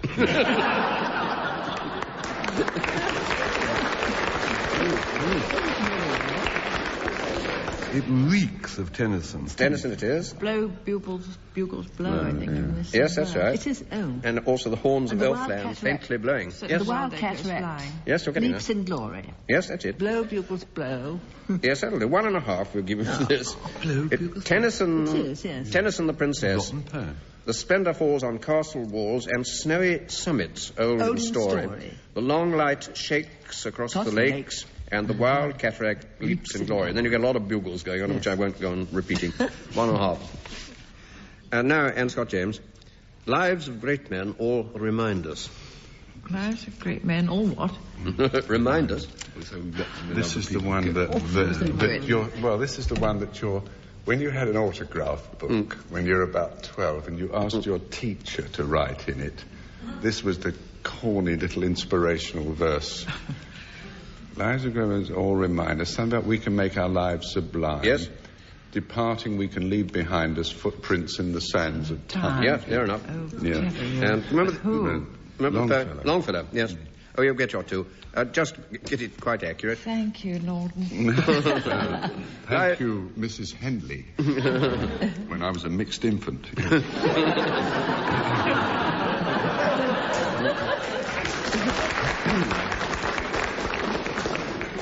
The lives of great men all remind us we can make our lives sublime and departing leave behind us footprints on the sands of time. Longfellow's poem called A Psalm of Life. Well, now we come to the last round, and Denis and Frank's quotations, and the marks will be awarded on the length of the applause from the audience here in the theatre. And Denis, your quotation is the honey still for tea? Well, that line, so evocative of English country life, always takes me back to the time when, as a very small, very bewildered, rather frightened little boy, I was evacuated to the village of Chiselbury. Now, Chiselbury, nestling as it does in a fold of the Mendip Hills, represents, even to this day, the very heartbeat of the true England. One church, one pub, one everything shop, one cricket green, one Chinese takeaway. But back in those days, I was the very first evacuee they had seen, due to the fact that because I think of some official mix-up, it was only 1935. Nevertheless, these gentle-souled country folk took me immediately to their hearts. My hosts, Mr. and Mrs. Archer, were kindness itself, and for me, a child of the pavements. This new world of the countryside was a paradise that every day revealed new wonders. Oh, look, Mr. Archer, I would say as I bounded along by his side. Is that a hedge warbler? Nay, lad, he'd reply, that's a cow. For he was wise in country wisdom, his trade being that ancient and fast disappearing rural craft, wood carving. For hours he would work away with his knife, his chisel, and his saw, fashioning a panelled door or a donkey cart or an outside privy. And as the wood chips flew, I would sit fascinated. Sometimes I'd venture a question like, wouldn't it be better if you got out of bed to do that? But for answer, he would just chuckle, and then he'd take his knife and he'd whittle something especially for me, a wooden spoon or a catapult, a pair of socks, a evening dress tie. There was nothing that he couldn't whittle out of an old piece of wood. His wife, the good and ever-smiling Mrs. Archer, whose cowslip stew I can still taste when the wind is in the west.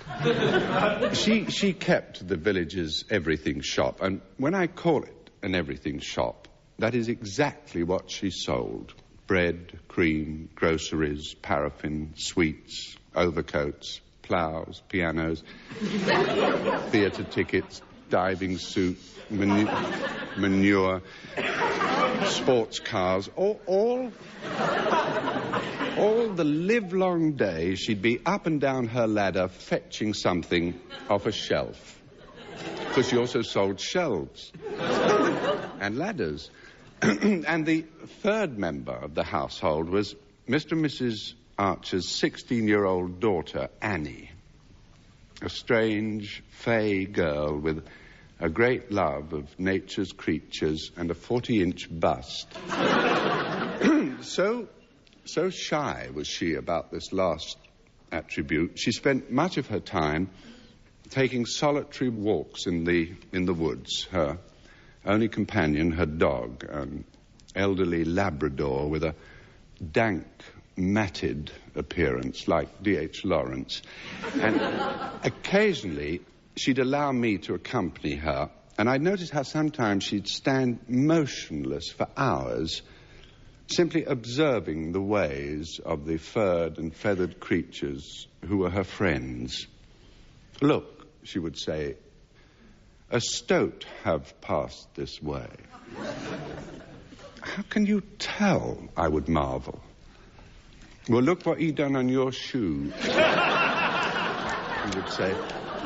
But these excursions grew more and more infrequent, and such was Annie's self-consciousness about her configuration, they ceased altogether when one day, having washed her brassiere, she hung it on a tree to dry, and 2 little birds built a nest in it.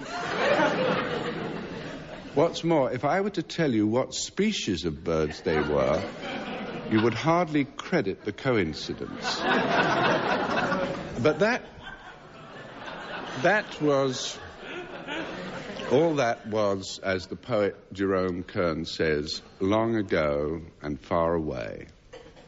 I wonder sometimes what the Archers are doing today.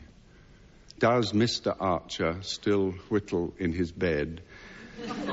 Is Mrs. Archer still nipping up and down her ladder for a crepe bandage or a 2-stroke motorbike? And even more fascinating, and in the words of another poet, is there Annie still 40?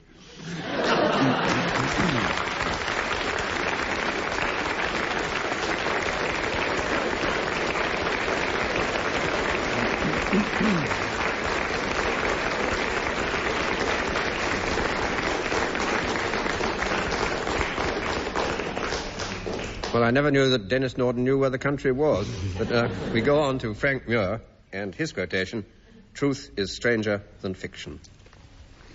I was reminded the other day of a quotation which the Venerable Bede had written in the answered correspondence bit of the Anglo-Saxon Chronicle. He was applying to some query from one of his brethren, and he said, "We are all creatures of habit." And indeed, this is terribly true, and it's surprising, really, when one reflects how much one is a slave to habit. I remember once, a few weeks ago, my wife was on duty in one of her things, which meant that she might be rung up at any time of the night. So we changed places in bed. And I, for 26 years, have slept on the east side of the bed facing Chertsey, and my wife has slept on the west side of the bed facing Egham. And we switched over, and it was absolutely frightening after 26 years.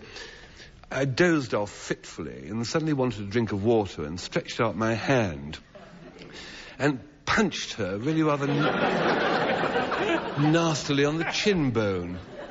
And then I dozed off again and then felt cold, and, as was my habit, tried to establish contact with her and borrow a bit of warmth and fell out of bed.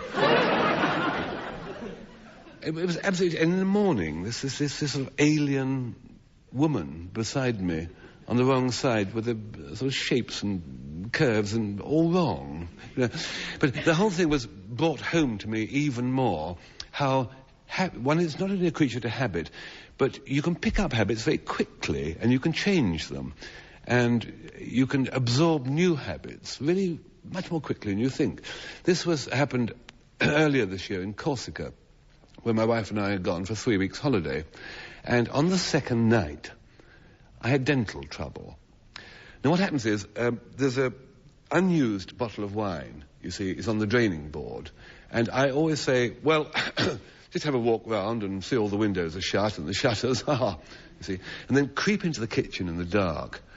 1 pace in, 2 left in the dark, stretch out the hand, there's the bottle, swing it up very sharply to the lips so that you don't get a gluck, gluck, gluck sound, and I can hoist in a good cupful and put it back very gently, and then walk through into the bedroom and say, everything locked up, fine, you see. But habit, you see, had got me that action off absolutely quickly. But this year, for some reason, there was a litre bottle. Now, a litre bottle is about 2/3 of an inch taller than an ordinary bottle. And I crept in, 1 pace forward, 2 paces left, reach, upward sweep, and crash, I'd lost a tooth. It was one of those which is, I don't know what they call crowned, isn't it? Which is a kind of falsie, which is pegged to another. And it fell into the bottle, and I had a terrible time getting it. I had to drink the bottle to get it out. And I had this tooth, and I was terrible sort of well, I tried to make do with it, and sibilance was rather awful, any sort of word. Very sunny this morning. And then I discovered, this is what I think, when you get the habit of having this gap in your teeth, it suddenly becomes rather nice. I found that when I was eating lettuce, I could lodge with my tongue a little slip of the lettuce and then blow it out through the gap like a little green pennant. And if I blew, it would flutter and go... And when I was having a shower, I discovered I could fill my mouth with water and get a tremendous jet of water which landed in the loo, which was 2.5 meters away. That's 7'6" in old money. But better than that, the little stub thing of tooth that was left was sort of rough. And when my tongue went against it, it had a sort of friction effect. And this became a friend. And for the whole of the 3 weeks, before I went to sleep, I used to sort of run my tongue over this.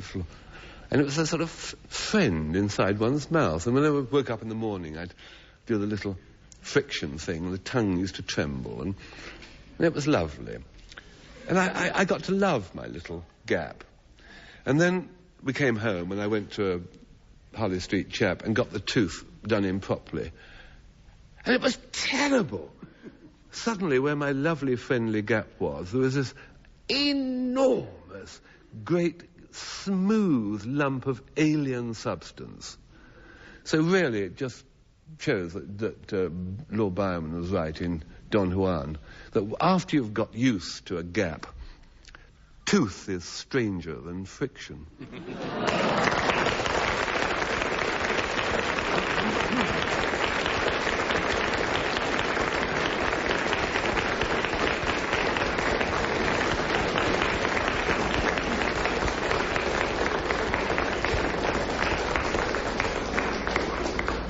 Well, by your vote, ladies and gentlemen, Frank Muir wins the story contest, and he and Dilys Powell also win this entire edition of My Word.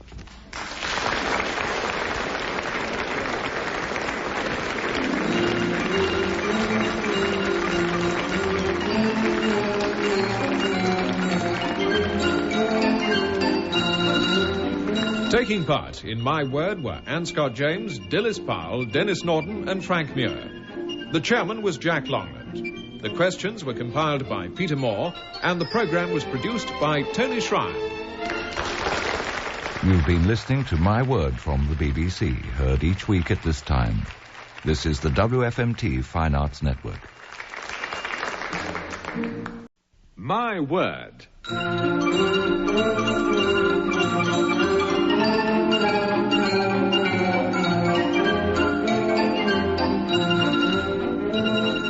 A panel game devised by Tony Schrein and Edward J. Mason. Dilys Powell and Frank Muir challenge Anne Scott James and Denis Norden in a game about words, with Jack Longland in the chair.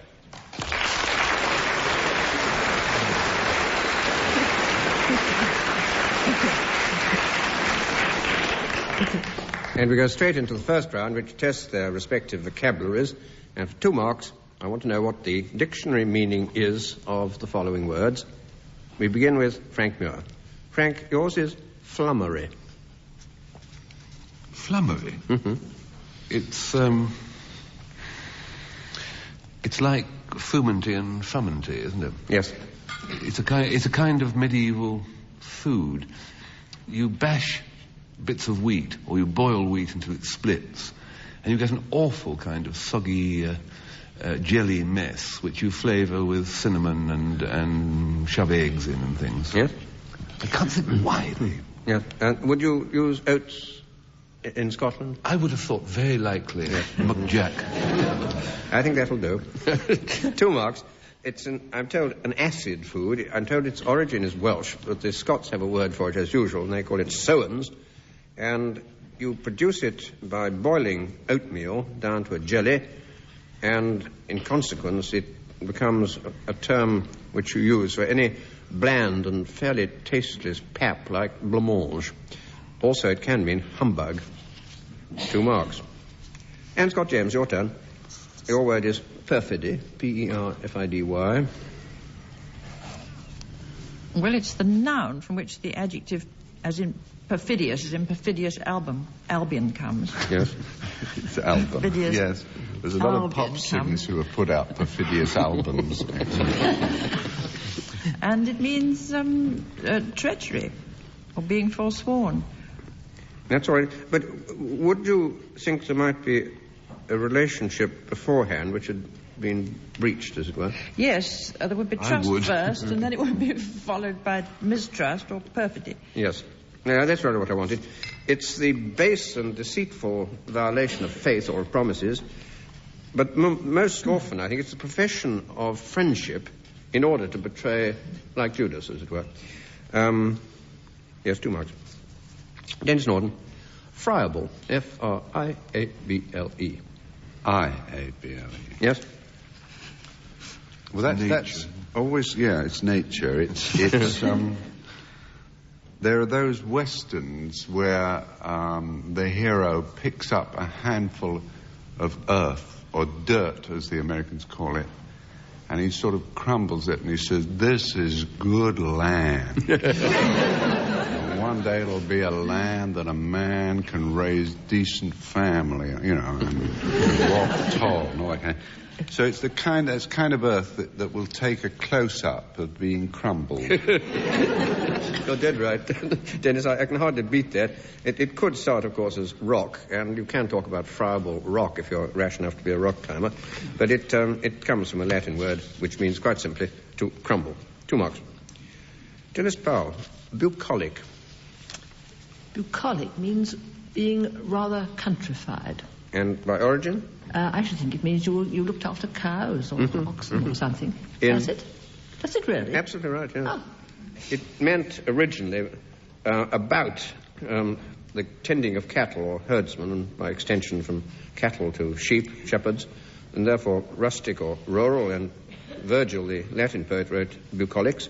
But originally it simply meant somebody who tended cows in Greece, house, a cow. 2 marks. Well, for those of you who like to guess ahead at the stories, Frank, what's your quotation going to be for later on in the programme? You notice when one's interviewed on programmes, you always use the person's Christian name interminably. Well, Jack, the question I've chosen, Jack, the line I've chosen, Jack, is, Jack, the passing of the 3rd floor Jack. No, the passing of the 3rd floor back. Yes, it was a play by Jerome Klapka Jerome. Yes, the use of the Christian name is simply in order to make characters who are a little slow-minded able to think while they're talking. Is that a wise thing to do? Denis Norden, yours, please. Yes, that's a characteristic of panel games. You address your colleagues on the game by both names. You say Denis Norden. It's just like in Russian plays when you say Fyodor Ilyich. What is, yours, please. Easier. Yes. Mine is beggars can't be choosers. Jack. Thank you very much indeed. And we move on to round 2, which is a round of differences. For 2 marks, what's the precise difference in meaning, and I need to emphasize the word precise, in meaning between the following? Frank Muir, between frankincense and myrrh. Well, they're the old German words for my Christian name and my surname.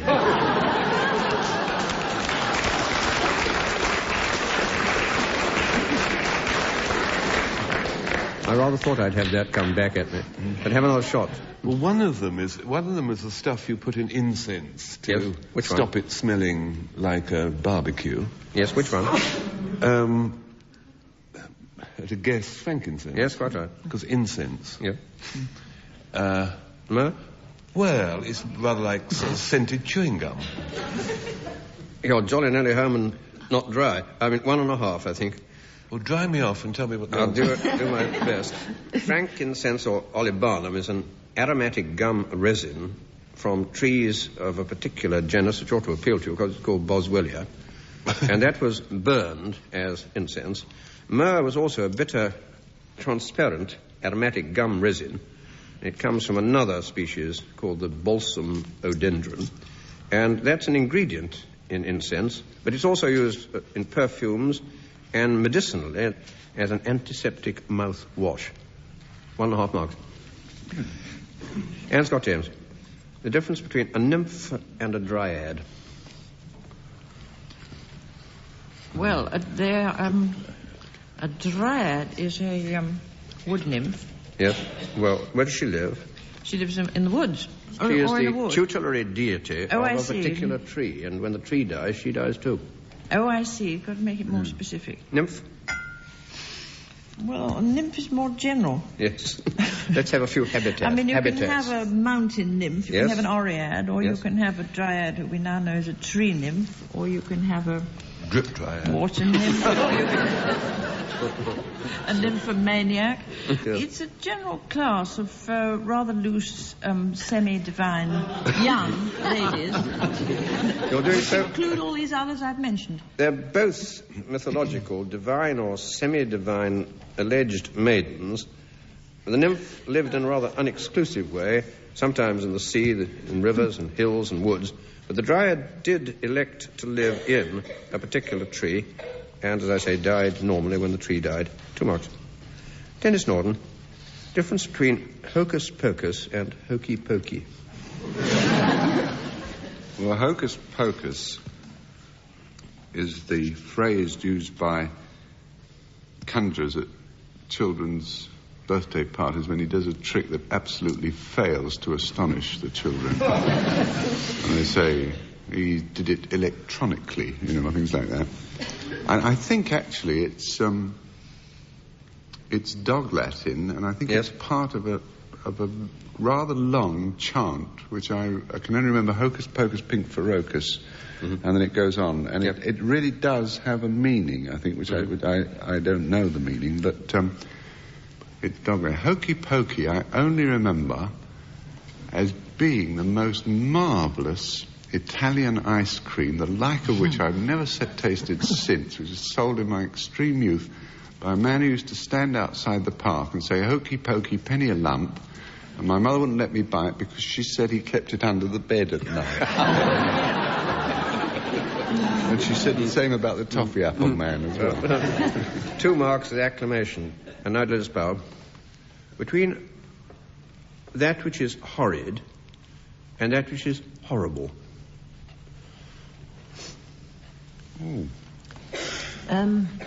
Well, horrible Yes. is capable of exciting alarm and Yes. fear. Absolutely right. Horrid does it without being capable.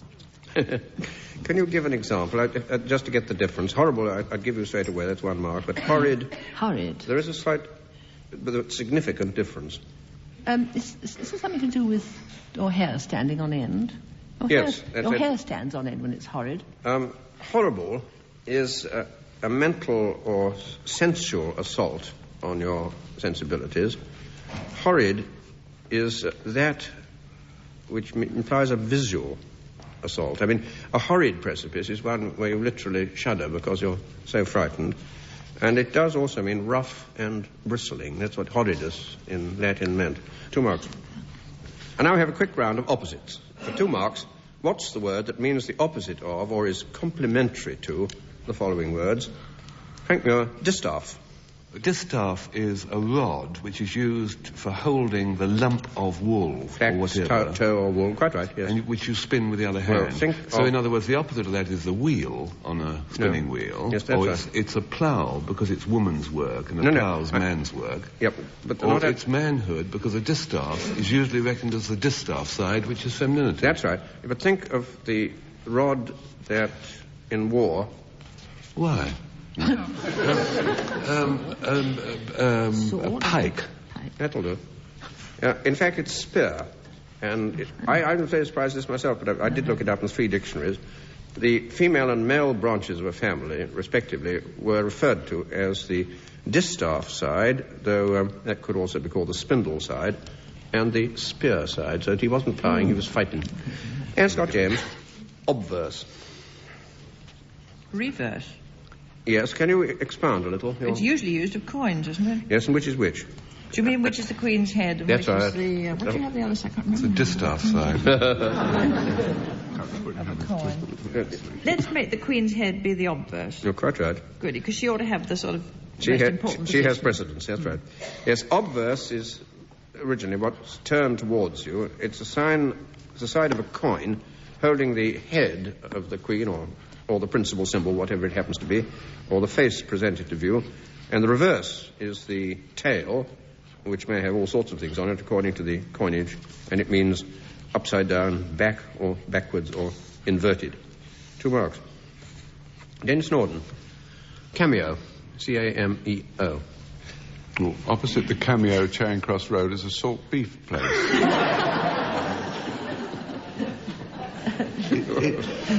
What they call that? It's also when Intaglio. Yes, I never knew. Yes.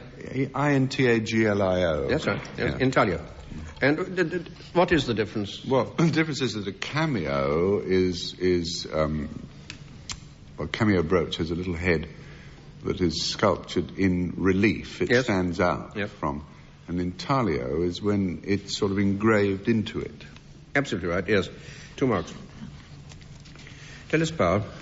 Cantoris. C-A-N-T-O-R-I-S. Cantoris. Cantoris is a male singer, isn't it? It has to do with the male singer. It's what he sings. No, it doesn't. No? But, no. It's his way of singing. That's where he sits. Where he sits, oh, well. He sits on the left-hand side of the choir, and the choir answers him. The choir is the other side.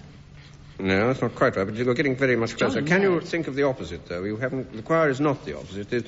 Let us assume that the cantoris is about a chap. But equally on the other side, it's about a chap, a rather exalted chap, connected with cathedrals. It's cathedrals. Bishop? No. Archbishop? No, I'm going to... Deacon? Yes, dean, or I'll give you one, because you're not going to get much further on this. Cantoris means on the side of the cantor, the precentor, who is the leader of the chanting and singing in a cathedral. And if you're looking towards the altar, he's on the north or left-hand side. And the opposite is decani, and that's the other half, which is looking towards the altar from the south side. That's the dean's side, as opposed to the precentor's side. Well, now we come to the last round, and Frank and Denis's quotations, and the marks will be awarded on the length of the applause from the audience here in the theatre. And Frank, your quotation, as you say, from Jerome K. Jerome, is the passing of the 3rd floor back. I have a confession to make. I've had the credit of something to which I am not entitled, and I must explain about it tonight and get it off my chest. It was when I was at Stonehouse Junior Mixed School for boys and girls, so I'm going back a few months. There were 4 of us in the Black Hand gang. There was Wetty Leatherbarrow. Then there was Sadri, Mossen Sadri. And there was the leader of the Black Hand gang, who was Fatty Tremaine. I was much shorter than I was then. I was about sort of 5'6", I suppose, but I was only 6.5. We were happy, and then this awful girl arrived, darling little Naomi. Her parents came to live in the area, and she was a despicable girl. To start with, she was pretty. Not only that, she could play Flixie the Furthest with cigarette cards a yard more than any of us. She had a torch which had 3 colours and worked. You slid the top across and it went green or red or white.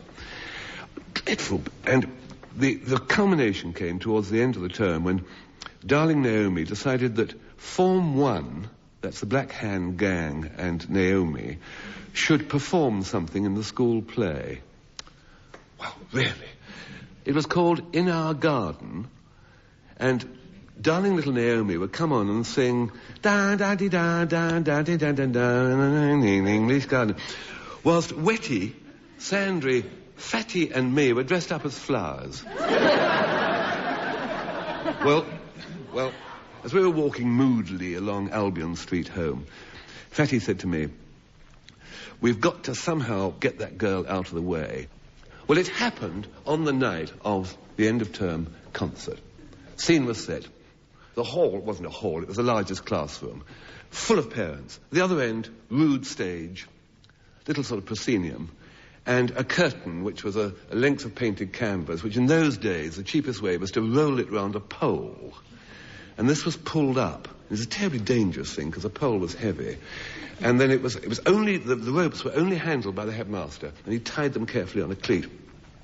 And there was Wetty, Sandry, Fatty and I being so tall, was a sunflower, sitting there miserably with my mummy's picture hat rammed over my face and kept in place by elastic. It was a crepe paper job, you know, and ghastly Naomi came on and she sang in an English country garden. And then she had this dialogue which she'd invented herself, a wretched, talented child, in which she spoke to us as flowers and said, "I'm not going to pick you.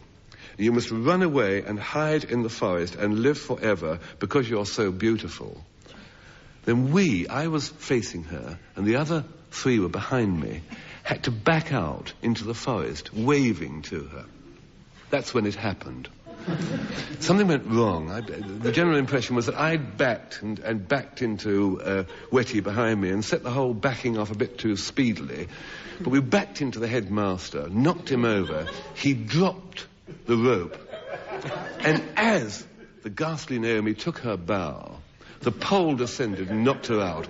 Well, of course, there were repercussions. Her mother took Naomi away from school, and I was given 100 lines to do every Friday for 3 years. And I was the school hero, and have been ever since. But you know, it wasn't me, it was Fatty Tremaine. He's now a senior civil servant, but even then he didn't know what was going on. I was the first of the file, looking towards the ghastly Naomi. Behind me was Wetty, behind her Sandry, and behind her was Fatty. And as we trundled backwards off, Fatty paused. He'd seen his mummy in the third row and was pondering whether he could spare her a wave. And that was the fatal pause, because Sadri bumped into him, Wetty bumped into Sadri, I bumped into Wetty, and we all cascaded into the headmaster, and down came the curtain, zonk on Naomi's head. So really, although I've always had the credit for the whole occasion, it isn't me at all. It was in fact Fatty. See, it wasn't the leading flower who accelerated too fast that did the splendid tragedy.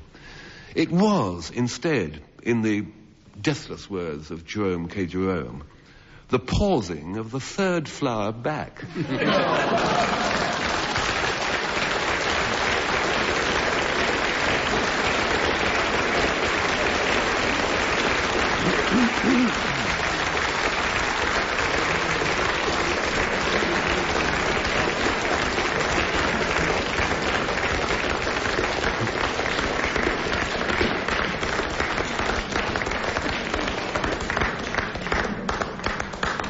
Now, Denis, your quotation was, "Beggars can't be choosers." The French Channel port of Calais has one unique peculiarity, because as far as millions of British holidaymakers are concerned, it's about the main entry point for the whole of France and Italy. And because of this, the entire town has become a sort of geographical revolving door. In other words, in spite of the enormous number of people who enter through it or leave it, practically nobody ever thinks of staying in it. And that was exactly the problem which the Calais Chamber of Commerce hired me to solve. Well, naturally, my first suggestion was that they should capitalize on the historical links between Britain and Calais, because after all, one of the history lessons that every British school child has dozed through is that story about the 6 burghers of Calais, and I don't really remember all the details, but who does, you know. But I said to them, that vague concept is what you should play on. Instead of presenting yourselves, you members of the Chamber of Commerce, as shopkeepers or retail stockists, you should go back to calling yourself burghers. You see, for instance, I said, which is the butcher among you? And Monsieur Hippolyte put his hand up, and I said, right, well, now, you will be the beef burger. The chap who runs the dairy will be the cheeseburger. And look, are any of you members of the local amateur dramatic society? And about 4 of them put their hands up, and I said, well, right, hamburgers. Yeah. So I said, now, going on from there, let us think about putting on the gimmick by which so many other French seaside resorts have attracted tourists, a beauty contest. So by the following Monday, every single road debouching from the dock where the British holiday ships disembarked was smothered with placards that read, all this week, Miss Calais.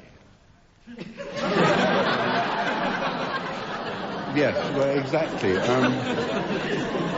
Unfortunately, they took it as an instruction. So, as you can imagine, the next time I met with the elders of this city, I did find that they were looking at me as though I were in direct line of descent from Edward III.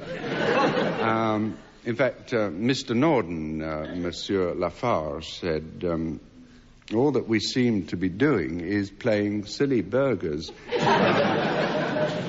In spite of the exorbitant fee that you have charged us, not only is our beach still deserted, but all that the town now has left in its coffers is 30 francs.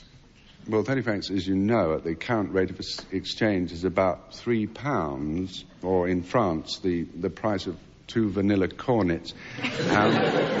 And so Mr. Norden, Monsieur Lafarge, says nobody can throng a resort for 30 francs. Now, it was then that I had my brainwave. Monsieur Racine, I said to the man who ran the printing works, I said, will 30 francs purchase one large road sign? Grudgingly, he nodded his head. And that is why, today, all those British cars that used to proceed straight through Calais and out the other side now make a smart left turn when they come to the bottom of the ramp and follow the direction indicated by the arrow on my sign. The arrow that is preceded by the words, this way to the nude bathing beach. Actually, I turned down the Chamber of Commerce's offer of my statue in the main square.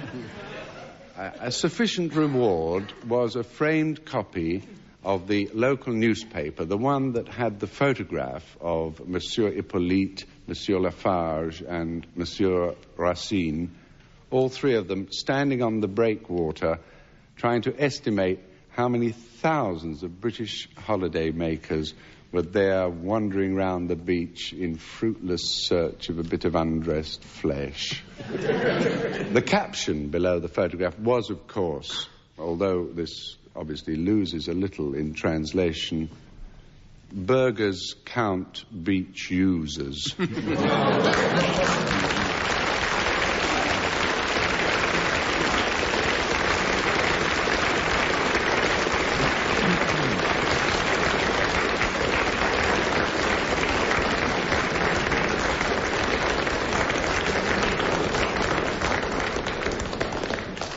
By your vote, ladies and gentlemen, Frank Muir wins the story, and he and his partner, Dilys Powell, also win the entire contest, and that brings to an end this edition of My Word.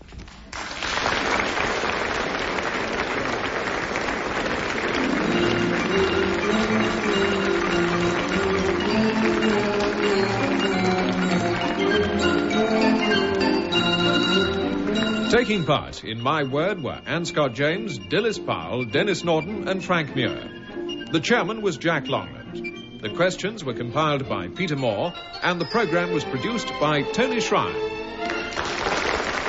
You've been listening to My Word from the BBC, heard each week at this time. This is the WFMT Fine Arts Network.